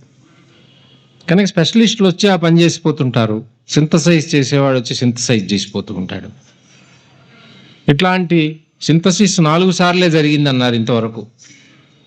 అరవిందులు రాస్తూ వేద టైంలో ఒకసారి అయింది, ఉపనిషత్తుల సమయంలో ఒకసారి అయింది, తంత్రశాస్త్రాలు ఒకసారి అటెంప్టెడ్ సింథసిస్, గీత ఇంకో సింథసిస్ ఇచ్చింది అని. The final synthesis has been reserved for Shri Aurobindo. ఆ కోవలోనే ఈయన కూడా నడిచాడు. He tried to effect or build a grand synthesis. వేదాల్లో, ఉపనిషత్తుల్లో, గీతలో, తంత్రంలో అప్పటి వరకు వచ్చినటువంటి అరవిందుల వారి సమయం వరకు ఎంత విజ్ఞానం వచ్చిందో, అటు ప్రాగ్ దేశాల్లో కానీ పశ్చిమ దేశాల్లో కానీ, అదంతా నాదే అనుకున్నాడు ఆయన. వాటన్నిటినీ చక్కగా సమన్వయం చేసినాడు. దేన్ని కూడా నిరసించలేదు, దేన్ని దూషించలేదు, దేన్ని క్రిటిసైజ్ చేయలేదు ఆయన. You don't find any criticism or any word, derogatory word referring to any particular view point. ఎక్కడ మీరు కంచు కాగడాలతో వెతికి చూడండి, ఒక్కటి చూపించండి నాకు ఎక్కడైనా సరే. నో. అటు సాంఖ్య యోగ వేదాంతాలని సమన్వయం చేశారు, ఇటు కర్మ జ్ఞాన భక్తుల్ని సమన్వయం చేశారు, అటు బ్రహ్మవాదాన్ని వేదవాదాన్ని సమన్వయం చేశారు. ఇన్ని రకాలైనటువంటి మహాసమన్వయాన్ని ఈ గీత అశేషాంతి గీతాలో శ్రీకృష్ణుడు చేశాడని చెప్పి మనకి ఆ సమన్వయం ఎట్లాంటిదో చూపించారు. మిగతా మతాచార్యులు ఏం చేశారు? గీతని 3 భాగాలుగా ముందు ఖండించారు. ప్రతి మతాచార్యుడి చేతిలో కత్తెర, ఒక చాకు ఉన్నాయి. గీతను పట్టుకొని 3 ముక్కలు కోసారు వాళ్ళు. ఏమిట్రా అంటే, ఇది కర్మకాండ అండి, ఇది ఒక ముక్క. ఇది జ్ఞానకాండ సార్, ఇది రెండోది. మూడోది ఏమిటి? భక్తికాండ. ఈ 3 ముక్కలు. As if they are separate entities, unconnected with each other. సరే, చేసిన వాళ్ళు ఊరుకోవచ్చుగా, పోనీ అందరితో ఊరుకున్నా బాగానే ఉండును. కాదు, ఒక ఆయన కర్మ ముక్కని జంకలో పెట్టుకుని ఇదే గీత అంటున్నాడు. ఇంకొక ఆయన జ్ఞానం ముక్కను పట్టుకుని ఎత్తిన పెట్టుకుని ఇదిగో గీత. ఇక 3వ మహానుభావుడు ఇంకో మిగిలిపోయిందిగా, అది పట్టుకొచ్చాడు, ఇదిగో ఇదే గీత. ఇది గీత ఎట్లా అవుతుంది మరి? మిగతా 2 ముక్కలు అవి గీత కాదు సార్. జ్ఞానకాండ పట్టుకున్నవాడు ఏమంటాడు? మరి కర్మ గురించి అంత చెప్పాడు కదయ్యా, ఒక కాండ చెప్పి అయినా అది కాదు పొమ్మంటావంటే అవన్నీ అర్థవాదాలు సార్. అర్థవాదాలని ఒకటి పెట్టారు మన వాళ్ళు, యుక్తి. అంటే అంటే ఏమిటి? జ్ఞానకాండ నిజంగా జ్ఞానులకు చెప్పాడు, మరి అజ్ఞానులు ఉన్నారు కదా, ఆ అజ్ఞానుల కోసం కర్మకాండ చెప్పాడు అని కృష్ణుడు నీకు చెప్పాడా? నేను ఊహించాను. చాలా బాగుంది నీ ఊహ, కూర్చో. నీ ఊహ మూలాన ఏమైందంటే 1/3 ఆఫ్ గీత పనికి రాకుండా పోయింది. ఎందుకు చెప్పాడు రాదంటే అజ్ఞానుల కోసం అది చెప్పాట, జ్ఞానుల కోసం ఇది చెప్పాట. అహో మూలచ్ఛేది తవ పాండిత్య ప్రకర్షయ, మలినాసూరి చెప్పినట్టుగా. ఇంత మూలఛేదం చేయటం ఎందుకయ్యా అంటే, ఇంత పాటలు పడటం వీళ్ళు ఎందుకంటే వాళ్ళకి ముందే ఒక సిద్ధాంతం ఉంది. ఆ సిద్ధాంతానికి ప్రమాణాలు గీతలోంచి దొరుకుతాయేమో అని వాళ్ళకి ఆతృత తప్ప అసలు గీత ఏం చెబుతుందో తెలుసుకుందామని లేదు వాళ్ళకి. ఒక అద్వైత సిద్ధాంతం, శిష్టాద్వైతమో దేవతాద్వైతమో ఏదో ఒక సిద్ధాంతం ముందే తయారు చేసుకున్నాను, గీతతో సంబంధం లేకుండానే తయారు చేసుకున్నాక గీత దగ్గరికి వచ్చా. ఎందుకని ప్రజలు అడుగుతున్నారు, ఏమయ్యా నువ్వు చెప్పింది గీతలో ఉందా? ఉంటేనే మేము వింటాం, లేకపోతే లేదంటున్నారు వాళ్ళు. నువ్వు చెప్పింది మేనిఫెస్టోలో ఉందా అన్నట్టుగా. ఉన్నదని చెప్పడానికి ఇదిగో ఇక్కడ చెప్పాడు, నేను చెప్పింది. మరి అక్కడ దానికి విరుద్ధంగా చెప్పాడు కదా, అది అర్థవాదం. భక్తి ముక్కవాడికేమో జ్ఞానం అర్థవాదం, కర్మార్థవాదం. కర్మ ముక్కవాడికేమో మిగతా అర్థవాదాలు, జ్ఞానం వాడికి ఆ మిగతా అర్థం. పోండి, పోయింది గీత. గీత 3 ముక్కలైపోయింది. అదంతా ఒక శరీరం రా నాయనా, ఇది పరమానంద శిష్యుల్లాగా, ఇది నా కాలు ఇది నీ కాలు అన్నట్టు. వాడు ఇద్దరు శిష్యులు కాళ్ళు బిసకమంటే వాడు కాళ్ళు బిసుకుతున్నారు. ఒరే ఇది నా కాలు రాని బిసుకుతానని, ఇది నా కాలు రాని బిసుకుతానన్నా. అది పిసుకుతుంటే వీడి కాలు మీద వాడేదో చేయి పెట్టాట. వీడి కోపం వచ్చింది, నా కాలు మీద చేయి పెడతా, నీ కాలు మీద కూడా పెడతానని. వాడు ఇంకా నీ కాలు మీద గుద్దుతానన్నాడు. వాడు నీ కాలు మీద పొడుస్తావు. ఊరు నీ దుంపదా, మీ కాళ్ళు కావురా, నా కాళ్ళు రా. అసలు గీతకి 3 కాళ్ళు ఉంటే అందులో ఓ కాలు నాదేని ఓ కాలు నీదని ముక్కలు కోసుకుపోతానంటే అసలు మొత్తం మూలం ఆర్గానిక్ హోల్ చచ్చిపోతున్నది. అందుచేత గీతలో మొట్టమొదటి శ్లోకం నుంచి ధర్మక్షేత్రే కురుక్షేత్రే దగ్గర నుంచి నష్టోమోహ స్మృతిర్లబ్ధ దగ్గర వరకు, చివర చరమ శ్లోకం వరకు, సర్వధర్మాన్ పరిత్యజ్య వరకు ఒక్క శ్లోకాన్ని వదిలిపెట్టకుండా, దేన్ని అర్థవాదం అని కొట్టిపారేయకుండా, దేని ప్రాముఖ్యతని తగ్గించకుండా, ప్రతి అక్షరానికి ప్రాముఖ్యతనిస్తూ, ప్రతి దానికి ఉండేటువంటి సిగ్నిఫికెన్స్ దాన్ని మనకు చూపిస్తూ చేసినటువంటి వ్యాఖ్యానం ఒకే ఒకటి ఉన్నది. అది శ్రీ అరవిందుల వారి వ్యాఖ్యానం, ఇంకొకటి లేదు. ఇంకా మిగతా వాటన్నిటికీ దానికి కారణం వాళ్ళు తెలివి తక్కువ వాళ్ళని నేను చెప్పటం లేదు సుమా అండి. వాళ్ళ తెలివిగా తక్కువ వాళ్ళు, నేనే తెలియగలవాడిని, నాకు తెలిసింది వాళ్ళకి తెలియలేదని నేను చెప్పటం లేదు. వాళ్ళ సిద్ధాంతం ధోరణిలో ఉత్సాహంలో ఉన్నారు వాళ్ళు. మా సిద్ధాంతానికి కొన్ని దొరికినాయి చాలు మాకు, కనుక మా సిద్ధాంతం స్థాపితం అవుతున్నది, అదే కావాలి తనకి. అరవిందులు గీతను అట్లా చూడలేదు. నాయనా, గీతలో కృష్ణ భగవానుడు సమన్వయం చేయటానికి పూనుకున్నాడు.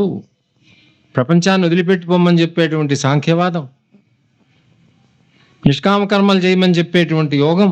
యోగం అంటే మన యోగం అనుకోరు, యోగం గీతలో వాడినటువంటి అర్థం వేరే, తర్వాత వస్తా దానికి. ఇన్ని రకాలుగా ఉన్నాయి. వీటిని అన్నిటినీ సమన్వయం చేసి మనకి ఏం చేయమంటావు? ఇప్పుడు అర్జునుడు అడుగుతున్న ప్రశ్న ఏమిటంటే, ఏమిటి సిద్ధాంతం కరెక్ట్ అని అడగటల్లా అర్జునుడు. అసలు కృష్ణుడు ఆయన వేసిన ప్రశ్న ఏమిటి? ఇప్పుడు నన్ను ఏం చేయమంటావయ్యా, ఏ సిద్ధాంతం అయ్యా అని అడగటల్లా. ఏం చేయమంటావు ఇప్పుడు నన్ను? సిద్ధాంతాలు చెప్పావు, బాగానే ఉంది, ఇంతసేపు వ్యాఖ్యానం. ఇప్పుడు నన్ను ఏం చేయమంటావు? యుద్ధం చేయనా వద్దా? ఒక్క ముక్కలో చెప్పు. చేయమంటే చేస్తా, లేదా ఇంటికి పోతా. ఎందుకు ఊరికే ఇవన్నీ చెబుతావు? వ్యామిశ్రేణ ఇవ వాక్యేన బుద్ధిం మోహయసీవమే. ఈ వ్యామిశ్రమైన వాక్యములు చెప్పి నా బుద్ధి అంతా కూడా మోహపరుస్తున్నావు. ఎందుకయ్యా ఈ మాటలు? నాకు ఒక్క ముక్కలో చెప్పు. నా అర్జున యుద్ధం చెయ్యి అని చేస్తా, చేయొద్దని వెళ్ళి మానేస్తా. Give me a practical answer, and that precisely the Lord has refused to give. ఎందుకనంటే ఏ సొల్యూషన్ అయినా జ్ఞానం మీద ఆధారపడి ఉండాలి. ఏ పని చేసినా జ్ఞానం భక్తి దానికి పునాది కావాలి. పని చేయటంలో లేదు విశేషం, దాని వెనకాలన్న స్పిరిట్లో ఉంది అని మదర్ చెప్పారు మనకి. యుద్ధం చేయడం చేయకపోవడం గొప్ప విషయాలు కావు, అది ఎవరైనా చేస్తారు. యుద్ధం మానేసిపోయిన వాళ్ళు ఉన్నారు, యుద్ధం చేసిన వాళ్ళు ఉన్నారు. అక్కడే కౌరవులంతా యుద్ధాలు చేస్తూనే ఉన్నారు. అది కాదు విశేషం. With what spirit you are doing it, what is the spirit behind. Spirit అంటే ఏమిటి? వెనకాలన్న జ్ఞానం ఏమిటి, వెనకాలన్న భక్తి ఏమిటి, దాన్ని బట్టి నీ కర్మకు విలువ వస్తుందిరా నాయనా. కాబట్టి ముందవి తెలుసుకో. ఏ స్పిరిట్ నీ కర్మ వెనకాల ఉండాలో తెలుసుకుని నువ్వు కర్మలోకి రా. అది అరవిందులు అన్నారు, డివైన్ కర్మ అన్నారు. ఒట్టి కర్మయోగం కాదు గీత చెప్తున్నది, డివైన్ కర్మయోగం. ఎందుకని అంటే ఆ కర్మ వెనకాల ఉండవలసినటువంటి స్పిరిట్ వల్ల కర్మకి విలువ వస్తుంది, కానీ కర్మకి కర్మగా విలువ లేదు. అన్నదానాలు చేయటం విలువ కాదు. ఏ స్పిరిట్తో చేస్తున్నావు ఆ స్పిరిట్ వల్ల అన్నదానానికి విలువ వస్తుంది. డొక్కా సీతమ్మ గారు అన్నదానం చేసిందంటే నేను చేస్తానంటే నేను చేస్తా, డబ్బులుంటే ఓ బస్తా బియ్యం కొంటే అక్కడ బారేస్తే వాళ్ళే తింటారు, మనం కూడా పెట్టక్కర్లే. That's not it. What is the spirit behind? What is your jnana supporting that karma? What is your devotion that supports the karma? అది ఇంపార్టెంట్ అర్జున. అందుచేత నీకు నేను ఒక్క ముక్క చెప్పటం లేదు, చేయకపో అని చెప్పి. ఈ స్పిరిట్ అంతా నీలో రావాల్సినది ఎట్లా రావాలనో దాన్ని ముందు చెప్పిన తర్వాత ఆధారంగా నువ్వు చేయాలి. ఎంత టైం ఉంది నాకు? 8 వరకు ఉందా? 8 వరకు. కనుక ఆ స్పిరిట్ ముందు చెప్తా. అరవిందులు కూడా ఆశ్రమంలో అదే చెప్పారు, మదర్ కూడా అదే చెప్పారు. It's not the work that is important there. ఒకడు బన్ తయారు చేస్తున్నాడు, ఒకడు ఇస్త్రీ బట్టలు ఇస్త్రీ చేస్తున్నాడు, ఒకడు అక్కడ బార్బర్ కూడా సాధకుడే.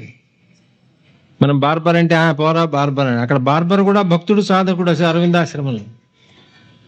అతను అరవిందులు మాతా ఫోటోలు పెట్టుకుని ఉంటాడు అక్కడ. He is doing it as service to mother, not to you. అంటే దాని వెనకాల ఉన్న స్పిరిట్ చాలా ప్రధానమైనటువంటిది. ఏ ఉద్దేశంతో నువ్వు చేస్తున్నావో అది ముఖ్యం. అది జ్ఞానాన్ని బట్టి నీ భక్తిని బట్టి ఉంటుంది. కాబట్టి నీ జ్ఞానకాండ భక్తికాండ చెప్పి తర్వాత మళ్ళీ కర్మకాండకు వచ్చాను. గీత అంతా అయిపోయాక ఉపదేశం చిట్ట చివరగా అర్జునుడు అన్న మాటలు ఏమిటి అంటే, పూర్వాపరాలు చూడరు మన వ్యాఖ్యాతలు, అవన్నీ వదిలేస్తారు గాలికి. అంతా ఉపదేశం అయిపోయింది, చర్మ శ్లోకం అయిపోయింది. అప్పుడు ఈ ఆచార్యులు చెప్పిందే నిజమైనట్టయితే అర్జునుడు ఏమనాలి? మహానుభావ, నాకు అద్వైతం అంతా అర్థమైంది, ఇక నుంచి నేను కాషాయ బట్టలు కట్టుకుని వెళ్ళిపోతాను. లేకపోతే నాకు విశిష్టాద్వైతం అర్థమైంది, చక్రాంకితాలు వేసుకుని ఇక నేను పులిహార చక్ర పొంగలి వారి స్వామివారికి కైంకర్యం చేస్తూ కూర్చుని. లేకపోతే నాకు కర్మయోగం అర్థమైంది, నేను అన్నదానాలు చేసుకుంటూ సమాజ సేవ చేసుకుంటూ దేశ సేవ చేసుకుంటూ కూర్చుంటా అని చెప్పలేదే. ఏమన్నాడో తెలుసండి ఆయన? నష్టో మోహ స్మృతిర్లబ్ధ్వా త్వత్ప్రసాదాన్మయాచ్యుత స్థితోస్మి గత సందేహ కరిష్యే వచనం తవ. నువ్వు ఎట్లా చెబితే అట్లా చేస్తా, నువ్వు ఎట్లా చెబితే అట్లా చేస్తానయ్యా, అదే మహా అచీవ్మెంట్. అట్లాగ చెప్తున్నది గీత. అంతేగాని ఏదో ఒక సిద్ధాంతాన్ని నమ్మానయ్యా, నాకు అది నచ్చిందయ్యా అని అంటలేదు అర్జునుడు. చేస్తానంటున్నాడు. కరిష్యే వచనం తవ, నువ్వు చెప్పింది చేస్తా. Now you tell me. అది వరకు నువ్వు చెప్తే నేను కాదన్నా, ఎదిరించా, నేను చేయనన్నా, ఇది పాపం అన్నా, ఈ పని నేనెందుకు చేస్తానన్నా. ఇప్పుడు నేను ఆ మాట అంటలేదు. నువ్వేది చెప్తావో అది చేయటమే నా. కనుక అక్కడ కూడా చేయటం మీదే ఎంఫసిస్ వచ్చింది. అంటే జ్ఞానం వల్ల భక్తి వల్ల ఏమొచ్చింది అతనికి అంటే, పరమేశ్వరుడు ఎట్లా చెబితే అట్లా చేయాలి అనే వివేకం వచ్చింది. ఇంతవరకు నేను అహంకారం ఎట్లా చెబితే అట్లా చేస్తూ వచ్చాను, ఇప్పుడు పరమేశ్వరుడు చెప్పినట్టు చేస్తాను. అంత మౌలికమైన మార్పు అదే. కాన్షియస్నెస్లో చేంజ్ రావాలంటున్నారే Mother. This is the change that is effected in the consciousness of Arjuna. అది మహాపాపం అని ముందు నరకంలో పడిపోతాను, జీవితాంతం నాకు నరక ప్రాప్తి అవుతుంది, సంఘం అంతా పాడైపోతుంది, స్త్రీలు దుష్టులు అవుతారు, ఏమైపోతుంది అదైపోతుంది అని ఇన్ని చెప్పినటువంటి వాడు మరి చివరికి ఏమైపోయింది? అది అంతలోకే పరిస్థితులన్నీ మారిపోలేదే. అప్పుడేగా కాసేపట్లోనే కదా. అప్పుడు ఇంక మొదట్లో ఆయనకి ఏదైతే ఆ పని చేయడానికి భీకరంగా కనిపించినాయో అవన్నీ అప్పుడు అక్కడ ఇంకా ఉన్నాయి. But his consciousness has undergone A radical change. Now he has begun to see things in a different light, in the light of the divine. ఓహో, ఆయన ప్లాన్ ఒకటి ఉన్నది. ఆయన ప్లాన్ ఏదో ఇప్పుడు నాకు అర్థమైంది కనుక ఆయన ప్లాన్లో నేను ఇప్పుడు భాగం పంచుకోవాలి. ఇప్పటిదాకా నేను అట్లా అనుకోలే. నా ప్లాన్ ప్రకారం నేను పోదాం అనుకున్నా. నేను కాస్త మంచి ప్లాన్ తయారు చేసుకుని నైతికంగా మంచి పుణ్యమైనటువంటి మంచి ప్లాన్తో నేను చేద్దామని అనుకున్నా. నా ప్లాన్తో నేను పోదాం అనుకున్నా. చివరికి వచ్చేప్పటికి the whole stand point has undergone a total change. Now I began to look at the world from the standpoint of the divine. Egocentric view నుంచి డివైన్ సెంట్రిక్ వ్యూ వచ్చేసింది. లైఫ్ డివైన్లో దీని మీద ఎంతో రాశారు ఆయన. అటువంటి మార్పు, మౌలికమైన ఆ మార్పు తీసుకురావటానికే అంత చెప్పాల్సి వచ్చింది. మనకు కూడా ఆ మార్పు తీసుకురావటానికే అంత చెప్పి పుస్తకాలు రాయవలసి వచ్చింది. వారు ఈగో సెంటర్ కాదుకూడదు, మనకి డివైన్ సెంటర్ కావాలి. ఆ డివైన్ సెంటర్ ఏమిటో, అది ఎట్లా అవుతుందో, అది ఎట్లా సాధించాలో అదంతా గీతలో వస్తుంది. అంటే ఇదంతా ఇంట్రడక్షన్గా చెప్తున్నాను నేను. I'm just giving you an approach to Gita. ఇది మొట్టమొదటిది. ఇది సంయోజక గ్రంథము అని. It's a synthetic work. రెండోది ఏమిటంటే, గీతలో ఆయన శ్రీ అరవిందుల వారి వ్యాఖ్యానం నుంచి మనం తెలుసుకోవాల్సింది, గీత ఒక సిద్ధాంత గ్రంథం కాదు, సాధన గ్రంథం. ఈ సిద్ధాంతమా ఆ సిద్ధాంతమా అని చర్చ పెట్టి, ఓ డిబేటింగ్ పెట్టి, హై స్కూల్లో చిన్నపిల్లలకి పెడుతుంటాం డిబేట్, పట్నవాసం మంచిదా పల్లెవాసం మంచిదా అని. ఒక పిల్లాడు దాని మీద, ఒక పిల్లాడు దీని మీద మాట్లాడితే జడ్జీలు మార్కులు వేస్తూ ఉంటారు. అట్లాగే ఈ ఆచార్యులకి ఆచార్యులకి డిబేట్ పెట్టి, ఏ డిబేట్లో ఎవరు గెలిచారు దానికోసం లేదు గీత. అది సాధన కోసం ఉంది. ఏమిటి సాధన అంటే, మామూలు జీవితంలో నుంచి ఆధ్యాత్మికమైన జీవితంలోకి పోవాలి. అది గీత మనకి చెప్తున్న సందేశం. From lower nature you have to go to higher nature. From lower life to higher life. ఆధ్యాత్మిక జీవితం, ప్రాపంచిక జీవితం అని రెండు ఉన్నాయి. ఆధ్యాత్మిక జీవితం అంటే పొరపాటున ఆ మాటకి మళ్ళీ అన్నీ ఎట్లా ఉన్నాయంటే, అర్థాలు ఒక్కొక్క మాటకి అపార్థాల గూళ్ళు అల్లుకుపోయి ఉన్నాయన్న. శబ్దజాలం మహారణ్యం చిత్త విభ్రమ కారణం అని శంకరాచార్యులు వారు చెప్పినట్టుగానే ఉన్నది పరిస్థితి. ఒక మాట మాట్లాడితే ఆల్రెడీ దానికి ఎన్నో అర్థాలు. ఆధ్యాత్మిక జీవితం అనగానే మన ముందు జుట్టు పెంచుకోవటమో, లేకపోతే నున్నహా చేసుకోవటమో, కాషాయ బట్టలు కట్టుకోవటం, రుద్రాక్షమాలు వేసుకోవటం, మఠంలో ఉండటం, ఆ పిక్చర్ వచ్చేస్తుంది మనకి. ఆ పిక్చర్ కాదు ఆధ్యాత్మిక జీవితం అంటే. అది కాదు. అర్జునుడు చివరికి ఆధ్యాత్మిక జీవితంలోకి వచ్చాడు, కానీ ఇవన్నీ ఏం చేయలేదే. మొదట్లో ప్రాపంచిక జీవితంలో ఉన్నటువంటి వాడు చివరికి గీత బోధ అయిపోయిన తరువాత ఆధ్యాత్మిక జీవితంలోకి వచ్చాడు. మొదట తన కోసం పనిచేసినటువంటి వాడు చివరికి భగవంతుని కోసం పనిచేస్తున్నాడు. అది ఆధ్యాత్మిక జీవితం. అది ఏ పనైనా కావచ్చు, వ్యవసాయం కావచ్చు, వ్యాపారం కావచ్చు, ఉద్యోగం కావచ్చు. ఏ పని పనికిరాంది లేదు ఆధ్యాత్మికానికి అనేదే గీత యొక్క సందేశం అండి. కొన్ని పనులే ఆధ్యాత్మికానికి పనికొస్తాయి. కొబ్బరికాయలు కొట్టడం, పలహారాలు చేసుకు తినటమే పనికొస్తుంది ఆధ్యాత్మికానికి. మిగతా పనులు పనికిరావు. నువ్వు వర్తకం మానేయాలి, అది ఆధ్యాత్మికానికి పనికిరాదు. అది గీతోపదేశం కాదు. అది కాదు ఆధ్యాత్మిక జీవితం అంటే. ఏ పని అయినప్పటికీ యత్ కురుష్వమదర్పణం, నా అర్పణంగా నువ్వు ఏదైతే చేస్తావో అవన్నీ కార్యములు కూడా నా పనులే. ఈ పని ఆ పని అనే భేదం లేదు. విద్యా వినయ సంపన్నే బ్రాహ్మణే గవిహస్తిని శునిచైవ స్వపాకేచ పండితా సమదర్శిన. ఎవడు ఏ పని చేసినా భగవంతుడి పనే చేస్తున్నాడు. Even an asura is doing the god's work. అసుర, రావణాసురుడు ఎవరు? రావణాసురుడు సాక్షాత్తు మహావిష్ణువు యొక్క ద్వారపాలకుడు, ఆయన వాడే. ఇవన్నీ మనకు అర్థం కావటం చాలా కష్టం. తొందరపడి మనం కంక్లూజన్స్కి రాకూడదు. కొంచెం అట్లా పెడదాం, అర్థమయ్యేదాకా అలా ఉంచితే మంచిది. ఏదో తప్పర్థం చేసి